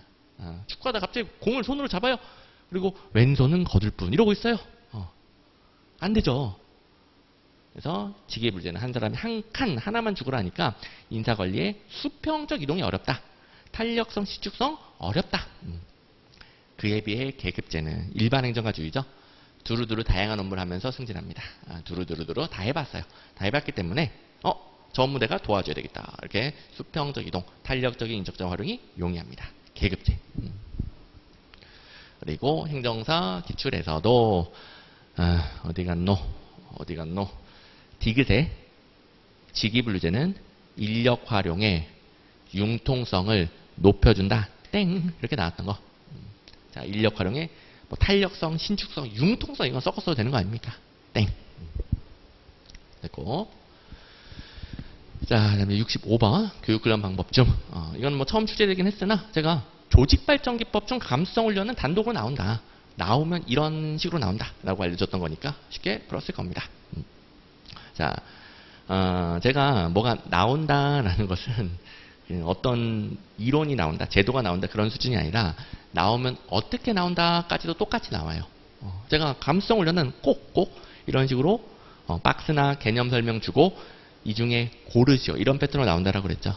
왜냐하면 다른 객관 시험에서 주구장창 나오는 패턴이에요. 뭐 행정사도 검증된 공무원 등 객관식 행정화 시험 문제를 참고했다는 거니까요. 행정사도 점점 시험 문제가 그쪽과 함께 다듬어지고 있고요. 그래서 똑같이 나왔습니다. 보시면 자기 자신과 대인관계에 대한 이해 및 인간관계 개선 등의 목적을 두고 있다. 뭐 이 과정이야 뭐 한 10명 정도 소그룹을 구성한 다음에 서로 인간관계를 겪어보는 거예요. 인간관계를 겪어보다 보니까 다른 사람은 나에 대해 어떻게 생각을 하는구나. 혹은 내가 이렇게 행동하니까 싫어하는구나. 좋아하는구나. 서로 느껴보는 거죠. 뭐가 풍부해지는 겁니까? 감수성이 풍부해지는 거죠. 예전에는 내가 이런 행동하면은 다른 사람이 다른 사람이 싫어하는지 몰랐어요. 근데 같이 겪어보고 인터뷰도 하고 이렇게 서로 생각을 듣는 거예요. 상대방이 너 그렇게 하니까 싫었어. 들으니까 그제서야 내가 이런 행동하니까 싫어하는 건 알게 되는 거죠. 이건 제가 강의 시간에 아마 나는 솔로 예를 들었을 텐데 그죠? 나는 솔로 강의 들었던 분들은 기억나시죠? 나는 솔로 보면은 이게 자기가 어떤 행동하는지 잘 모르잖아요. 근데 방송 끝나고 나면은 자기가 자기 모습을 보니까 그리고 다른 사람이 자기에 대해서 이야기하는 인터뷰를 들으니까 혹은 다른 사람이 자기 없을 때 한 얘기를 들으니까 내가 이런 행동하니까 사람들이 싫어했구나 라는 것을 끝나고 나서 알았다. 뭐 반성 많이 했습니다. 뭐 뒤에 나와가지고 뭐 사과문 올리고 반성했습니다. 이런 거 뭐 올리잖아요. 그게 그냥 나에 대해서 이해하고 상대방에 또 이해하는 과정 아니겠어요. 감성 훈련, 감성이 풍부해지는 과정입니다. 그러면 이걸 왜 합니까? 서로 이해가 잘 되면 서로 협력이 증진되는 거예요. 그런 목적으로 교육훈련 방법으로도 쓰고요. 이걸 조직발전기법에서 먼저 배우죠. 대표적인 조직발전기법. 조직발전기법이 개인의 행동, 가치관 이런 개인적인 요인을 바꿔주는 게 조직발전기법이죠. 그래서 일단 조직이론에서 조직발전기법으로서 감성훈련은 인위적인 상황에서 참가자들이 그들의 태도 행동을 성찰하고 자신의 행동이 타인에게 미치는 영향을 검토하도록 하는 것으로 대표적인 조직발전 기법이다. 배우고 기출문제로 행정사는 제가 안 나왔지만 워낙 이런 패턴을 잘 나온다 해서 넣어준 거 서로 모르는 사람들이 소집단을 만들어 자신의 느낌을 말하고 다른 사람이 자신을 어떻게 생각하는지를 귀담아 듣는 방법을 고르시오. 이런 문제를 제가 OX로만 바꿔놨을 뿐 맨날 똑같은 패턴으로 나와요. 이번에 행정사에는 처음이지만 같은 패턴으로 나왔고 그리고 교육훈련 방식에서도 교육 원훈련 중 별도의 장소에서 하는 거죠. 감성훈련은 다양한 대인관계를 체험하고 대인관계에 대한 이해와 감성이 향상이 된다. 한 번 더 배우고 그리고 저기 뭐 표시가 달려있잖아요. 교육훈련 방법으로서 감성훈련은 포인트 97, 포인트 97이 여기입니다. 여기서 배웠던 조직발전기법 중 감성훈련이랑 똑같은 것이다. 2번이나 배우는 거니까 쉽게 풀었을 겁니다. 그리고 감성훈련은 역할 연기하고 많이들 헷갈려 하시는데 역할 연기는 다른 상황 혹은 다른 사람 연기하는 거 연기. 말 그대로 역할 연기. 여러분들에게 잘 알고 있는 용어로 바꾸면 소꿉놀이. 소꿉놀이. 감수성 훈련은 본인 그대로 행동하는 거예요. 역할 연기는 다른 상황, 다른 사람을 연기하는 거고요. 뭐 민원인 역할, 상관 역할, 부하 역할. 됐죠? 다른 거죠. 그리고 방금 전 문제에서 그런 표현이 없잖아요. 역할 연기랑 헷갈릴 일이 없습니다. 그 다음에 이 중에서는 다른 건 필요 없고요. 액션 러닝은 좀 나올 수 있어요. 액션 러닝은 뭐 보는 김에 좀 정리를 해봅시다. 여기 액션러닝은 조직 구성원들이 팀을 구성하여 동료와 촉진자의 도움을 받아 실제 문제를 해결하면서 학습하는 방식이다. 액션러닝. 이거는 핵심이 뭐냐면 레디 액션. 이건 실제 문제를 해결하는 거. 실제 문제. 뭐 과거의 문제, 가상의 문제 그런 게 아니라 지금 현재의 문제를 팀을 구성해서 해결해보면서 훈련을 받는 거예요. 여기서 또 이런 실수를 하신 분이 있을 수 있을 것 같아요. 어떤 문제 해결 방법을 찾는다. 이거 가지고 액션러닝을 찍었던 분들도 있을 것 같습니다. 근데 여기는 살짝 해결 방안 찾는다라고만 나왔고 이게 실제 문제인지 그런 거 없잖아요. 그리고 더 많은 내용이 나와 상대방에 대한 이해, 인간관계 개선 이런 표현이 나와 있잖아요. 감성원리의 답이 되겠고요. 어쨌든 뭐 감성원리든 액션러닝이든 소그룹을 구성한다. 해결 방안 찾는다. 뭐 이런 것 때문에 비슷하니까 헷갈릴 수 있긴 있습니다. 하지만 답은 명확히 감성훈련. 자, 됐고요. 그 다음에 이제 66번. 행정학을 워낙 어려워하셔서 해설 강의가 길어지고 있는데, 자, 우리 1시간 한 15분 정도 된 것 같네요. 나머지 10문제는 제가 최대한 이 강의가 2시간이 넘지 않도록 한 20분만 더 하도록 할게요. 한 1시간 40분, 45분 정도로 끊어봅시다. 물론 뭐 여러분들이야 뭐 강의를 멈출 수가 있으니까 이미 제가 멈춰 있는 분들도 있죠. 가운데 이제 짝대기 2개 떠 있고 이렇게 딱 멈춰 있는 분들도 있을 텐데 아무튼 잘 쉬시면서 제가 이제 해설 강의를 간략하게 이게 답이죠, 이게 답이죠 이렇게 안 해요. 왜냐 해설 강의를 듣는 분들이 여러 이유가 있는데 시험 당일에 답이 궁금한 거예요. 빨리빨리 듣고 싶어요. 그러면 이제 빨리빨리 올라오는 뭐 20분, 30분짜리 답만 알려주는 거 그런 거 들으시면 돼요.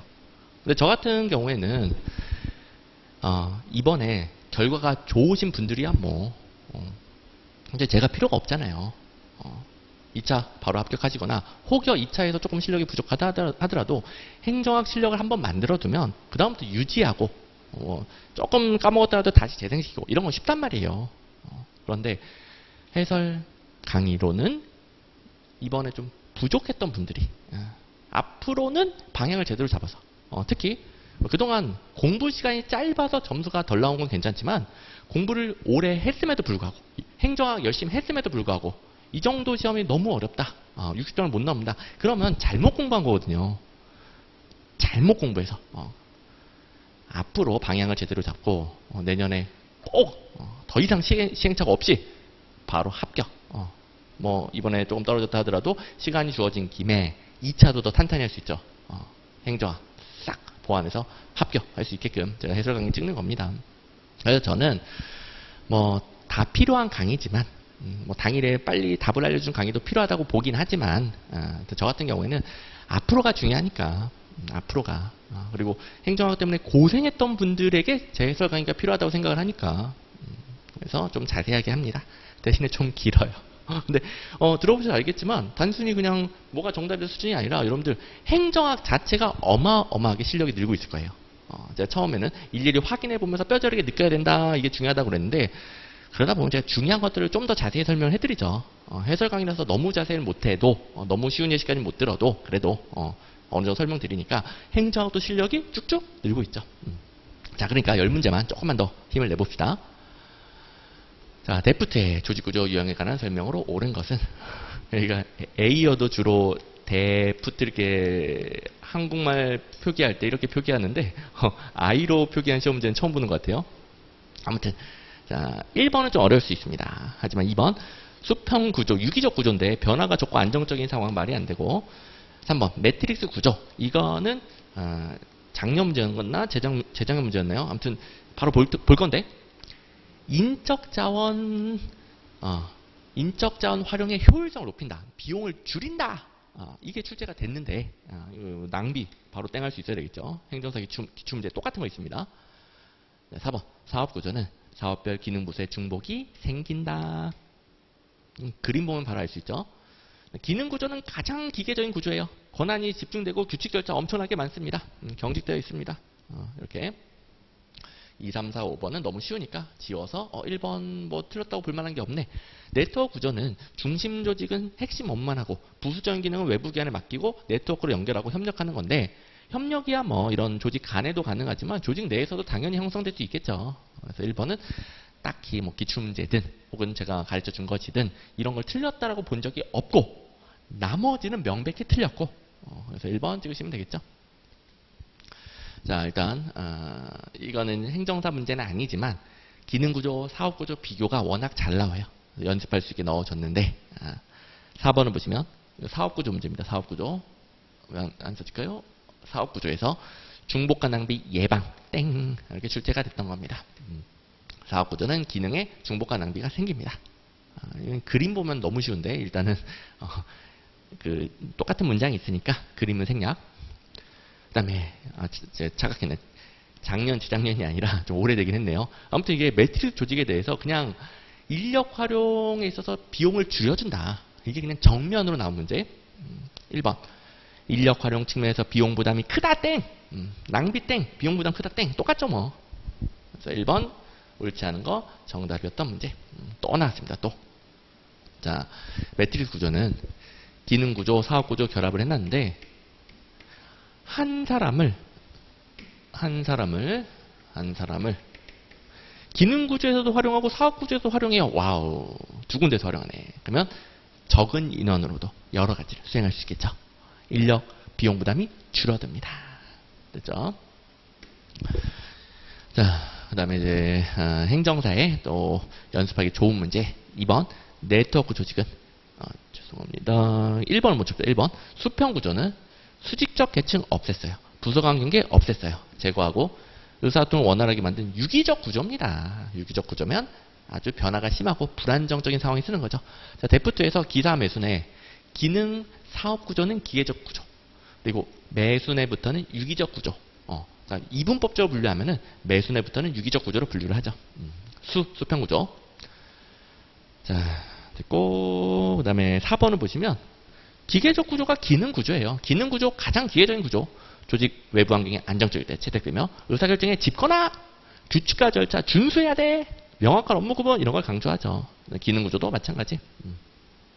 그다음에 2번 네트워크 조직은 높은 독자성을 지닌 조직단이나 조직들 간의 협력적 연계장치로 구성된 조직으로 이런 문장이 많이 나와서 조직들 간에는 협력적 연계장치 당연히 맞죠. 근데 이런 문장을 좀 행정사에도 냈다 보니까 출제자분이 이걸 참고해서 조직 내에서도 협력적 연계장치 이루어질 수 있는 걸 알고 있느냐 이런 걸 좀 문제로 낸 것 같아요. 하지만 뭐 당연히 되죠. 그리고 무엇보다 몰랐다 하더라도 자 우리 항상 어떻게 훈련했습니까? 시험 문제에서 이게 확실히 땡이다 라고 기출문제에서 확인했던 거 혹은 제가 무지막지 강조드렸던 거가 아니면 함부로 땡 찍지 말라고 그랬죠. 넘겨야 돼요. 명백히 틀린 게 확실하지 않으면 넘겨야 돼요. 넘겨놨더니 2, 3, 4, 5번 너무 쉽다 땡땡땡 하고 1번이 모르네 찍는 거죠. 항상 자 자기 실력보다 모든 과목에서 한 문제 이상 더 맞는 방법 모든 과목에서 제가 항상 체계화시켜서 훈련했죠. 하여간 시험장에서 모르는 선지 OX 판단이 안 되면 넘긴다. 아는 걸 소거한다. 그러다 보면 답이 나올 때도 있고 혹은 다 소거 못해도 남은 걸 비교해서 가장 정답을 고른다. 뭐 객관식 시험 문제 풀 때 당연한 건데 이걸 체계화시켜서 훈련을 해와야 시험장에서 적용이 되는 거예요. 그냥 이렇게 해야 된다 알고 있는 수준만으로는 시험장에서 적용이 안 됩니다. 다 아는 거니까 평소 때도 이렇게 훈련하셔야 됩니다. 자 그리고 이제 67번 공공봉사 동기 너무너무 반가웠죠. 제가 21년도부터 폭발적으로 여러 객관식 시험에서 나오고 있으니까 행정사도 나올 때가 됐습니다. 무르익었습니다. 자, 이제 모든 강의에서 곧 나옵니다 했던 거 그리고 다시 강조드리지만 저는 뭐가 나옵니다 수준이 아니라 어떻게 나옵니다도 똑같이 맞춰준다고 했죠. 이게 제가 뭐 신내림을 받아서 그런 게 아니에요. 밥만 먹고 기출문제만 연구하니까 똑같은 패턴이 나온다. 행정사도 자 그동안 모든 시험의 기출문제랑 그 다음에 행정사도 제가 수도 없이 볼 거 아니에요.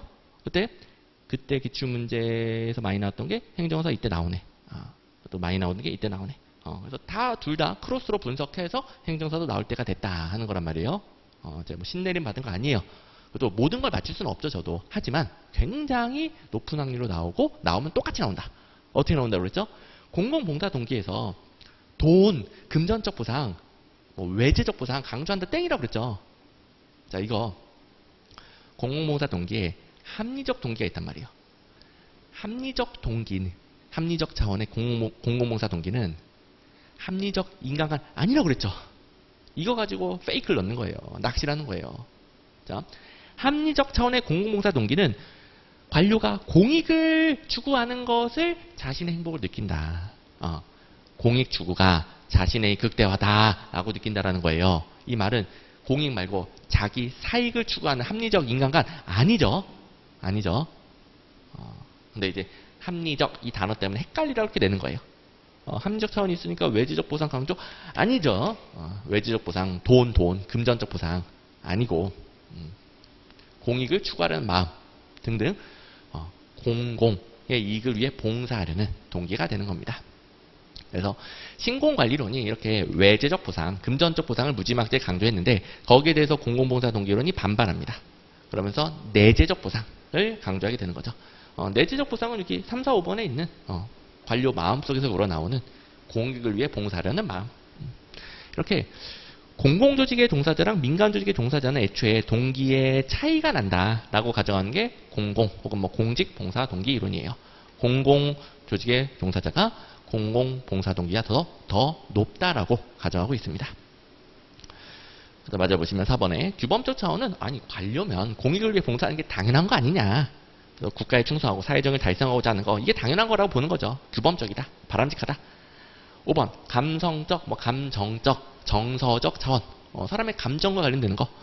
불쌍한 사람들 공무원이 돼서 도와주고 싶다 등등 사회적으로 중요한 정책에 대한 몰입을 특징으로 합니다. 감정적으로 동할 때, 공감이 될 때 더 몰입이 되겠죠.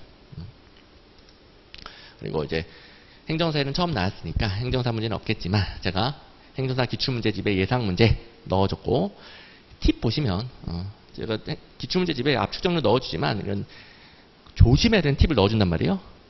공공봉사 동기의 종류 중 합리적 동기는 합리적 인간관을 의미하는 게 아닙니다. 이를 혼동하면 안 됩니다. 강의에서도 무지막지하게 강조드리고 계속 넣어줍니다. 저는 어떻게든 중요한 것들은 여러분들이 계속 볼 수 있게 만들어놔요. 어떻게든. 그리고 압축정리도 보시면 신공공관리론의 합리적 인간관, 금전적 요인에 의한 동기부여를 비판하는 게 공공봉사 동기론 이타적 인간관, 공익을 위해 봉사. 그리고 이 문제가 가장 앞으로 출제 가능성이 높은 패턴이기 때문에 넣어놨는데 자, 암기해설 4번 전체 다 추선 거져 있죠.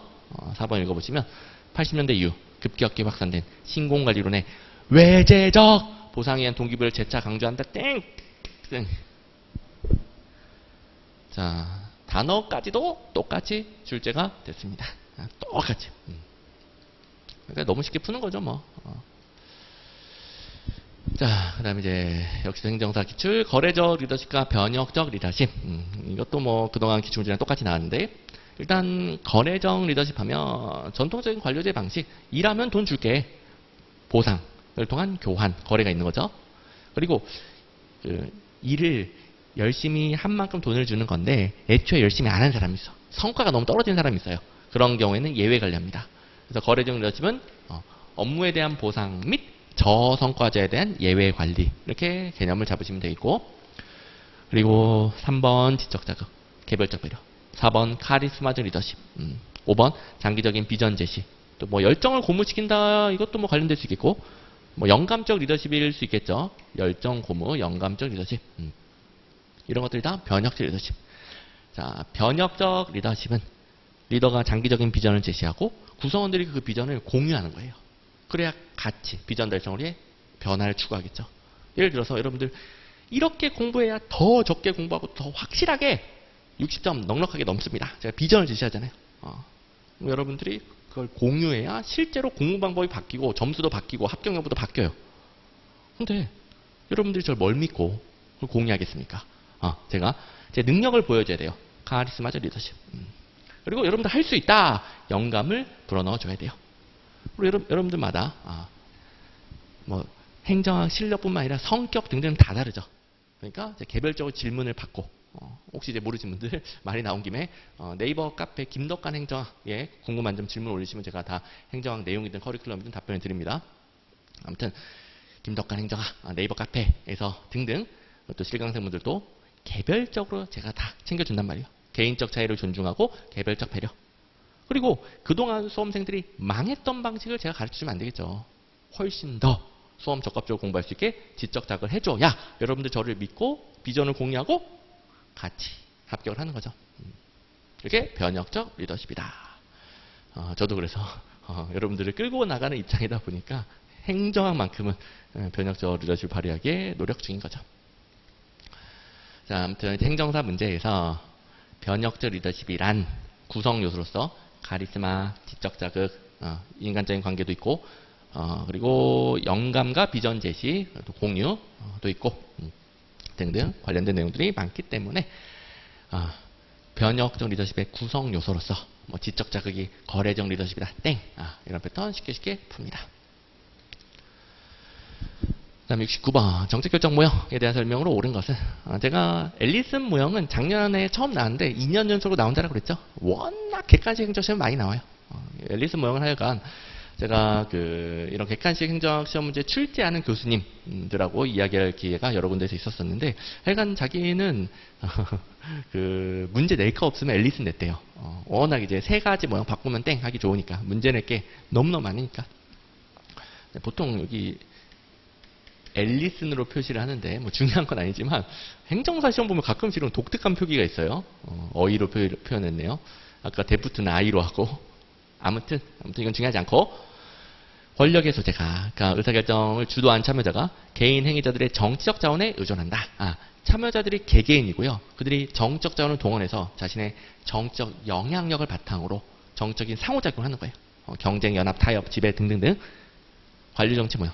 관료정치 모형. 제가 관료정치 모형이 가장 콩가루 집안이다. 개개인들이 꿍꿍이가 다르고 개개인들이 다 원하는 게 자기 이익을 실현하기 위해 정적인 영역을 발휘한다. 어쨌든 뭐 너무너무 쉬운 문제.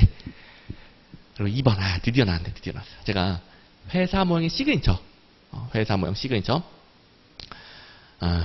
불확실성 회피, 문제중심 탐색, 표준형 절차, 갈등의 준해결, 조직의 학습 5가지 제가 쭉 순서대로 그림 그려준 거. 이걸 다른 모형 바꿔서 땡 잘 나온다고 그랬죠. 행정사는 아직 안 나왔었는데 드디어 나왔네요. 불확실성 회피, 조직의 학습, 회사 모형. 그리고 회사 모형은 사이버네틱스 모형의 한 종류이기 때문에 2번 같은 경우에는 제가 회사 모형으로 해설지를 드렸지만 사이버네틱스 모형도 맞는 겁니다. 어쨌든 쓰레기통 모형은 땡이죠. 그 다음에 3번, 4번 다 점증 모형이죠. 점증 모형을 한 회차에 2문제 냈네요. 자, 점증주의 예상 결정 모형이나 점증주의 정책 결정 모형이나 본질은 똑같죠. 그러면 정책되는 선택과 가치 판단은 분리될 수 없다. 아니 점증 모형 아까도 말했지만 다양한 사람들 간의 참여, 이해관계를 고려해야 돼요. 가치 판단 해야 되죠. 그리고 다수가 해당 정책에 합의를 했는가 점증 모형이 추구하는 거예요. 다양한 사람들 간의 갈등을 해결하고 합의를 도출하는 원리가 점증 모형. 그리고 5번 이건 뭐 행정사 시험 아주 잘 나오는 좋아하는 내용인데 초함정 요소 강조하는 건 최적 모형. 그리고 여태까지는 이 초함정 요소 주면서 다른 모형 땡, 그러니까 최종 모형 외에 다른 모형 땡 이렇게 냈었었는데 그 다른 모형 중에 호남 모형 땡 이런 패턴 잘 나올 수밖에 없다고 했죠. 처음으로 나왔지만 어쨌든 또 나올 수 있습니다. 그러니까 호남 모형하고 최종 모형은 공통점 있잖아요. 디테일은 당연히 다르고 그러니까 이렇게 바꿔 땡 내기 좋은 거예요. 둘 다 합리 모형, 점증 모형의 장점을 결합하고 단점을 극복하려는 모형이죠. 하지만 구체적인 내용은 전혀 다르다. 그래서 공통점이 있다 보니까 여기 구체적 내용 가지고 땡 이렇게 냅니다. 아무튼 뭐 쉬운 모형. 자 일단 앨리스 모형 작년에 처음으로 출제가 됐는데 관료정치 모형이란 독립된 개별 행위자 개개인들이 정책 상호작용에 의해 정책 결정을 하더라. 그래서 4번에 작년에는 관료정치 모형이 의견이 동일한 관리자들이 연합 등등 어찌됐죠. 토론협상 이런 건 정책 상호작용. 동일한 땡이죠. 암경에서 읽듯이 동일한 땡이죠. 동일한 땡. 자, 관료정치 모형은 콩가루 집안이다. 개개인들이 꿍꿍이가 다 다르다. 그리고 올해 문제는 이런 내용을 주면서 조직화적 모형 땡. 새 모형 바꾸면 땡 내기 참 좋죠. 그리고 처음에는 이 패턴이 나왔지만 제가 새 모형 바꾸면 땡이 더 잘 나온다고 강조를 드렸었죠. 올해 나왔고요. 그리고 여기서 또 관련되는 게 있을 텐데 초합리성 중시하는 거, 뭐 창의성, 통찰력, 영감, 직관 등등등 최종 모형이다. 자, 여기서는 뭐 볼 거 다 본 것 같고요. 오케이. 그다음에 또 역시 행정사 문제에서 점중주의 결정 모형은 1번 정치적 다원주의 입장에서 이해관계자들의 타협과 조정을 통해 정책 결정, 이런 것들이 정적 합리성, 합의를 도출하는 원리이다. 그리고 5번에 초함중 요소 또 나오네요. 점중주의에서는 초함중 요소는 땡이죠. 통째로 최종 모형 또 나오고. 자, 그리고 요 문제는 행정사는 아니지만 제가 3번 보시면 회사 모형의 시그니처를 다른 모형 바꿔서 땡 잘 나온다고 그랬잖아요. 그 예시로 기출문제집에 넣어줬습니다. 갈등의 준해결, 문제중심 탐색, 불확실성 회피, 표준형 절차, 그리고 하나가 더 조직의 학습. 조직의 학습. 이게 회사 모형의 시그니처들이에요. 5가지를 다른 모형 바꾸면 땡 잘 나오고, 하필이면 이번 행정사도 쓰레기통 모형 땡 나왔죠. 이게 다 이런 거 참고해서 내서 그런 거예요. 자, 그 다음에 이제 70번은 정책과정의 참여자들이라고 나왔는데, 내용을 보면은 2, 3, 4, 5번은 정책 네트워크 모형, 1번은 다원주의 대 조합주의 비교하는 거. 여기서 일단 1번 행정사의 다원주의, 조합주의 바꾸면 땡은 처음 출제가 됐습니다. 뭐 강의 시간 다 배우긴 했지만 어쨌든 처음 출제가 됐으니까 2, 3, 4, 5번 이건 이미 많이 나오고 있는 거 정책 네트워크 모형을 지워서 풀었으면 됐습니다. 1번 바로 고르신 분도 있겠지만 어쨌든 2번 이슈 네트워크는 정책 공동체에 비해 가장 참여자가 많죠. 많은 이해관계자가 느슨하게 서로 상호작용하는, 가장 불안정적으로 상호작용합니다.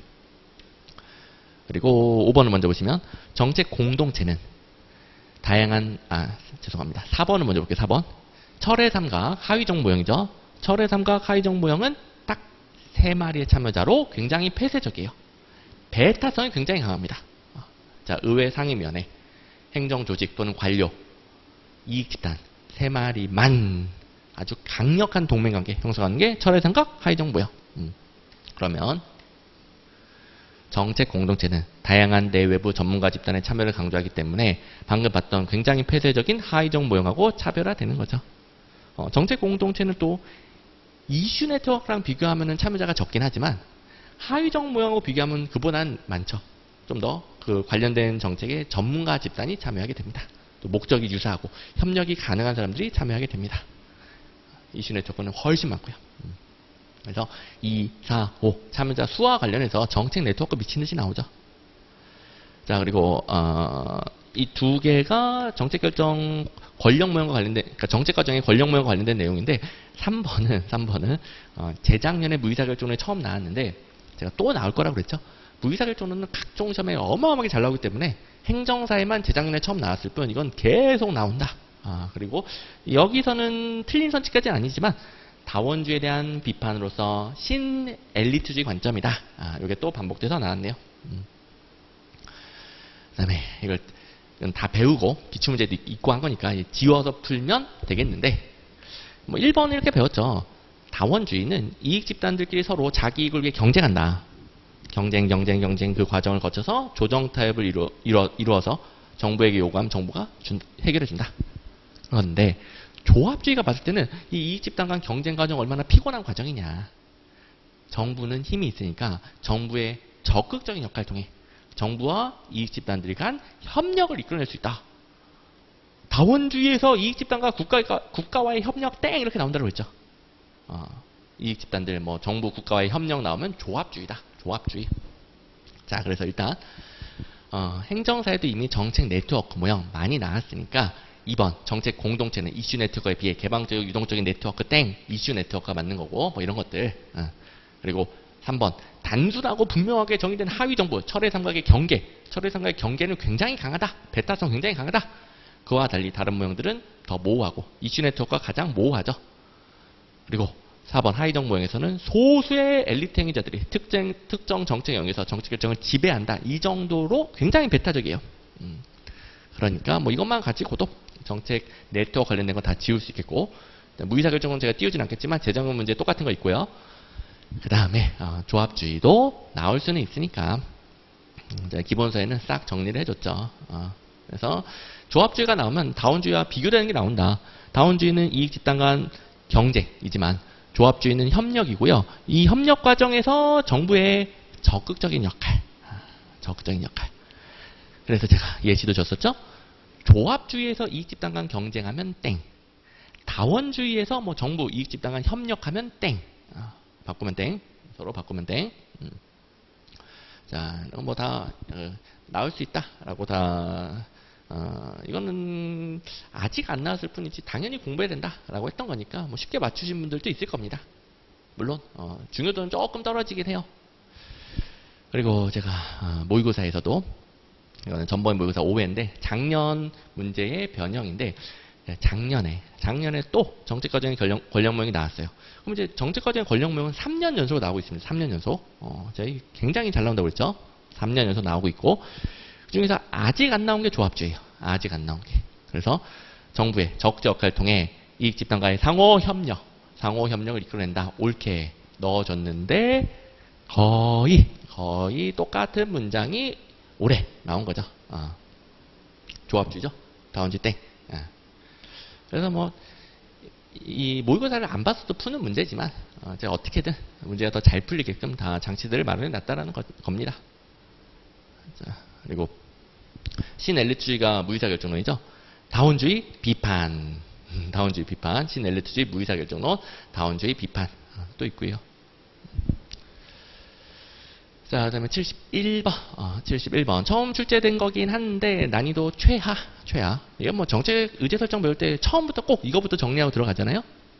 사회 문제가 있으면 쟁점, 이슈화되고 공중의제가 된 다음에 제도 의제는 공식적인 제도, 정부 의제가 되는 거죠. 그리고 이거는 뭐 선지들 잘 보면은 이 디글리를 잘 알면 푸는 거예요. 또 원래부터 공중의제랑 제도 의제, 정부 의제 순서가 중요합니다. 디글리를 겹치는 거 하나도 없죠. 이게 제일 중요해서 그래요. 그래서 자 일단 행정사 기출문제, 아까 기출문제집에 기출문제는 없었지만 뭐 기본서에 당연히 사회문제, 사회적 이슈, 쟁점, 공중의제, 정부의제 당연히 그림 그려놨고 그리고 이제 섞어 쓴 용어들이 많단 말이에요. 여러분 헷갈릴까봐 다 정리되어 있습니다. 정부제는 제도의제라고도 하는 거죠.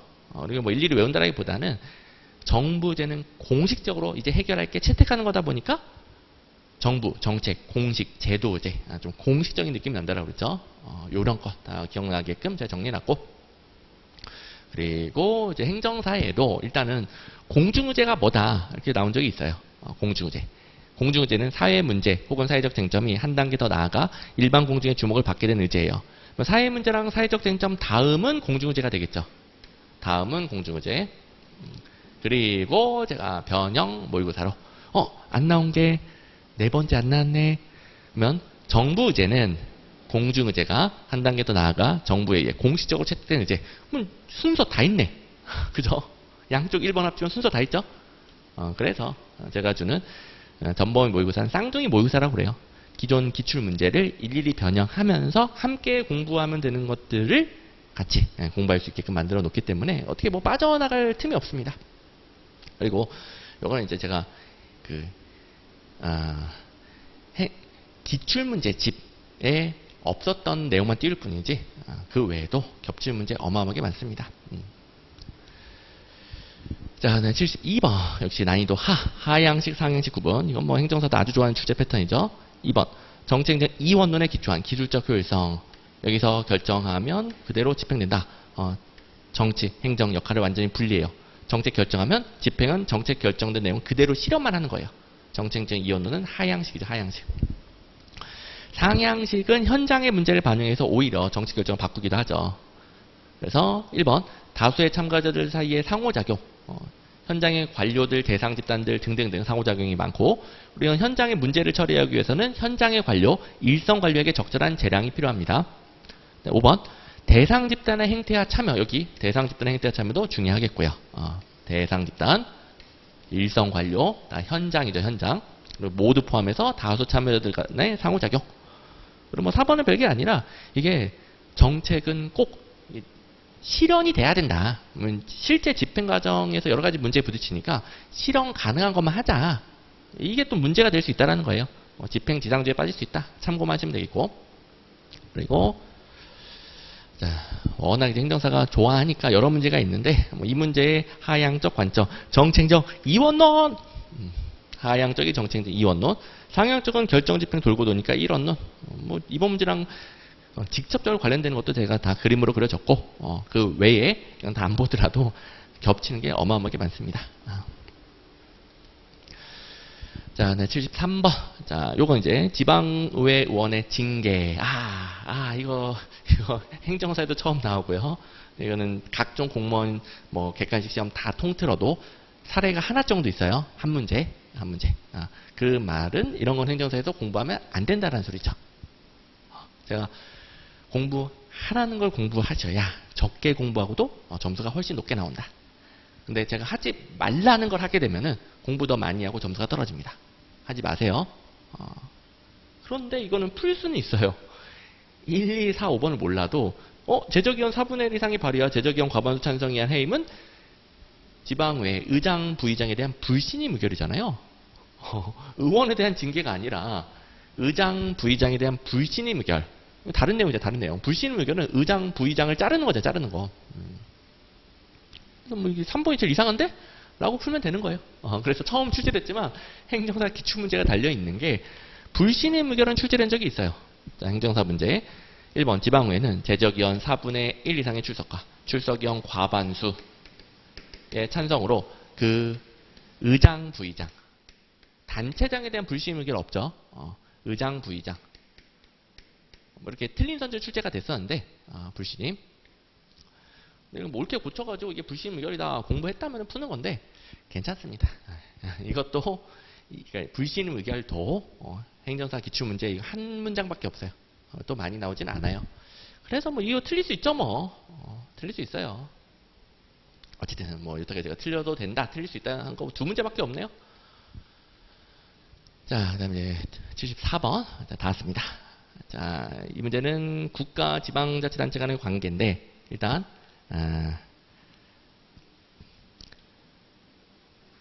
4번을 먼저 봅시다. 4번.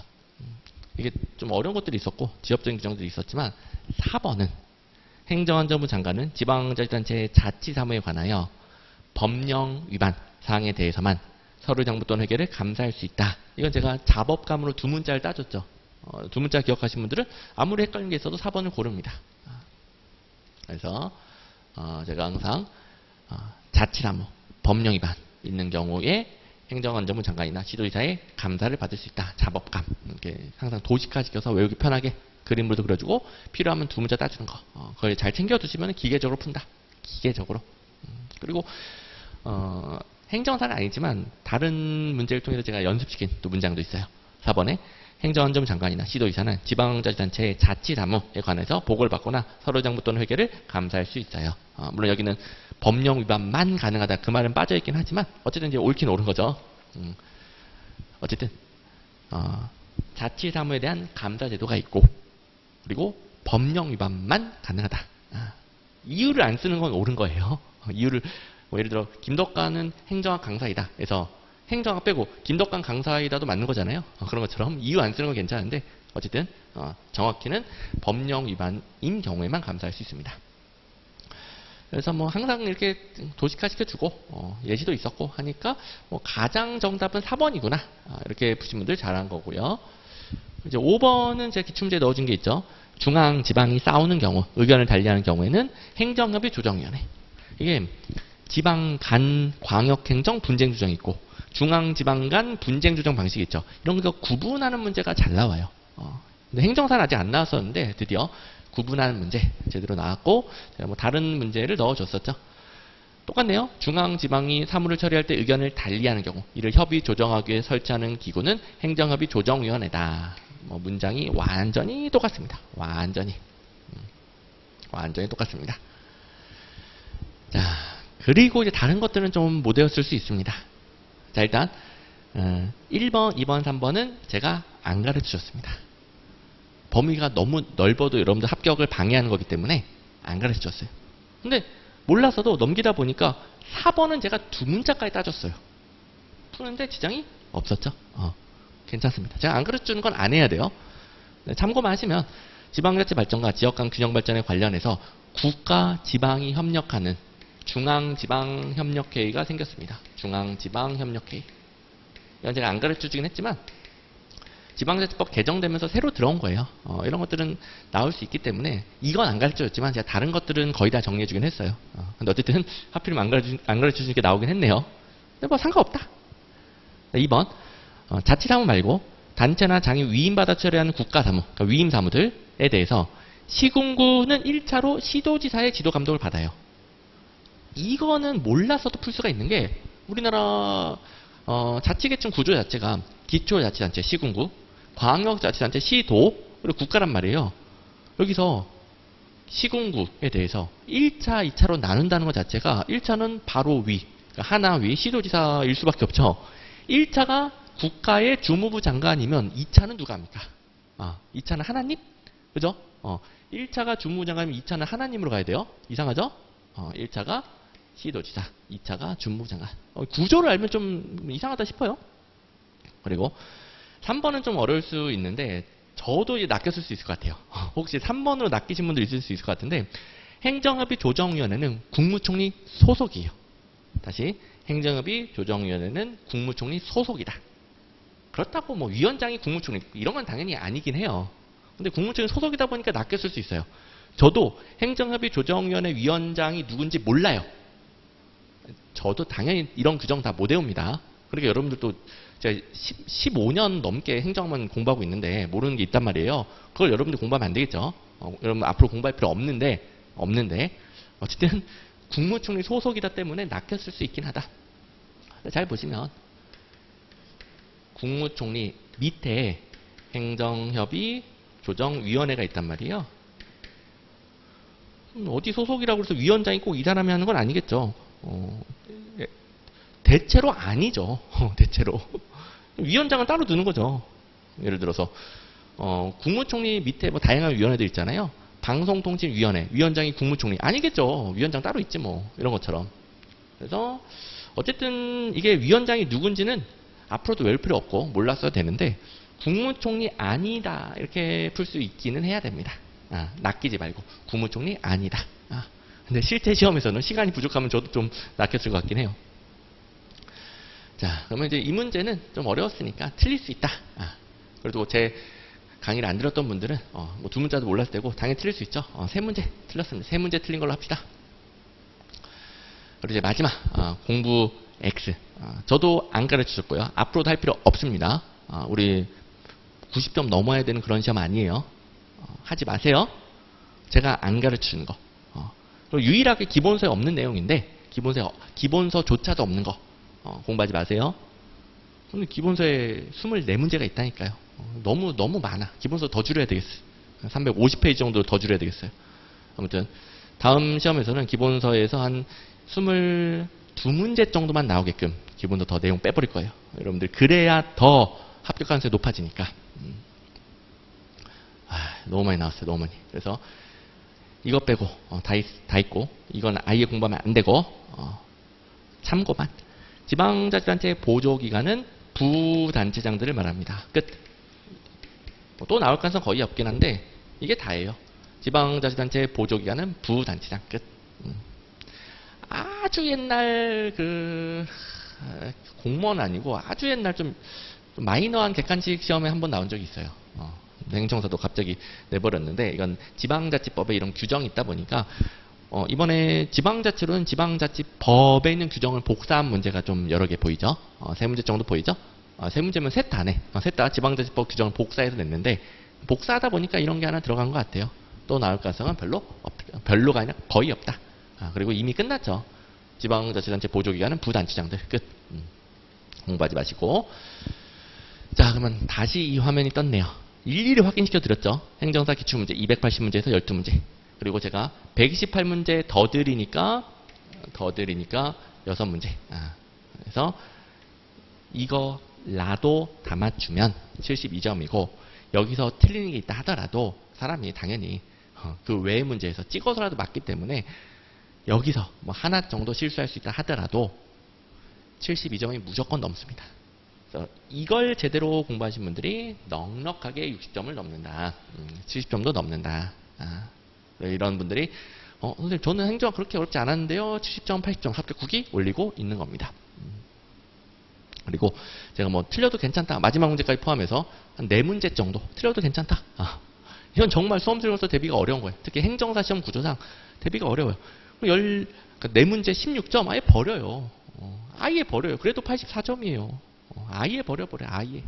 그러면 자 72점에서 84점 그 사이 다른 과목에서 미끄러져도 삐끗해도 행정학으로 넉넉하게 붙는 점수가 되는 거죠.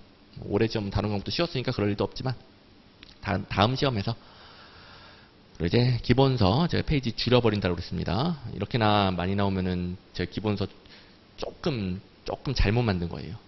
너무 많이 나왔어요. 기본서에서. 이러면 안 돼요. 이러면 안 돼요. 여러분들 합격을 방해하는 거기 때문에 한 350페이지 정도로 기본서를 줄여서 한 22문제만 나오게끔 만들 겁니다. 아무튼 우리의 시간과 에너지는 한정되어 있기 때문에 제가 계속 적절한 공부 범위를 드리려고 하는 거예요. 그래야 여러분들이 부족한 시간과 에너지 하에서 행정학은 조금 공부하고도 확실하게 점수가 넘으니까. 자, 이 중요한 것들도 한두 번 본다고 맞추는 게 아니죠. 여러 번 봐야 맞추는 거예요. 이번에 나 봤던 건데 막상 시험장에서 틀린 문제들도 있죠. 그런 부분은 반복하면 돼요. 방향성은 잘 잡았는데 아직 시간이 부족해서 반복 횟수가 부족했던 분들은 반복하면 다 맞는 거예요. 어쨌든 반복을 하려면 부족한 시간과 에너지를 시험 문제 해결에 필요한 것에 집중해야 된다. 우리 시험 합격에 필요한 부분에 집중해야 된다. 자, 그러면 이제 다시 내년 합격 전략은 자, 올해 문제가 280문제에서 12문제가 나왔고 아직 60점이 안 되네. 그러니까 조금 더 필요한데 이렇게 하기엔 과해요. 올해 문제는 공무원 기출문제집에서 24문제가 나왔어요. 아무튼 이번에 추가된 25문제 해서 이제 기출문제는 305문제가 되겠네요. 그리고 여기에서 각종 시험에서 잘 나오는 것들 좀 줄여야 되겠죠? 조금 줄여서 제가 약 100문제 다음 기출문제집은 조금 줄여가지고 128문제가 아니라 이미 나와버린 것들이 있으니까 줄일 수 있죠. 약 100문제 줘서 역시도 기출문제집 400문제 정도 유지하고요. 기본서는 페이지 조금 줄이고 그래서 26년 더더욱 지금보다 더더더 효율적으로 수험 적합적으로 공부할 수 있게끔 이렇게 만들어 드릴 겁니다. 자, 정리하면 만약에 강의 내용을 다 소화할 수 있으면 96점인데 그럴 필요 없다. 시간 부족으로 강의 내용을 다 소화하지 못해도 앞으로 제가 이번 시험 포함 305문제 행정사 기출문제 추가로 주는 약 100문제 약 400문제만 제대로 공부하면 70점 80점 이상이 나온다. 그리고 제가 가르쳐주는 내용 그대로 나오니까요. 엉뚱하게 공부하면 안 돼요. 자기가 궁금한 걸 파고들면 안 돼요. 제가 가르쳐주는 것만 가르쳐주는 방식대로 시험에 나온다고 하는 대로만 공부를 하셔야 돼요. 더 정확히 말하면 저는 철저하게 시험에 나오는 대로만 가르쳐드려요. 제가 뭐 시험지 출제하는 건 아니잖아요. 제가 출제한다는 그런 제가 신뢰를 받아서 그런 게 아니라 시험에 나온 대로만 가르쳐주기 때문에 그렇게 공부해야 된다는 거예요. 그러면 적게 공부하고도 확실하게 60점이 넘는다. 70점이 넘는다. 그리고 이해가 부족하더라도 여러분들 시간이 부족하기 때문에 모든 걸 다 이해하기 힘들어요.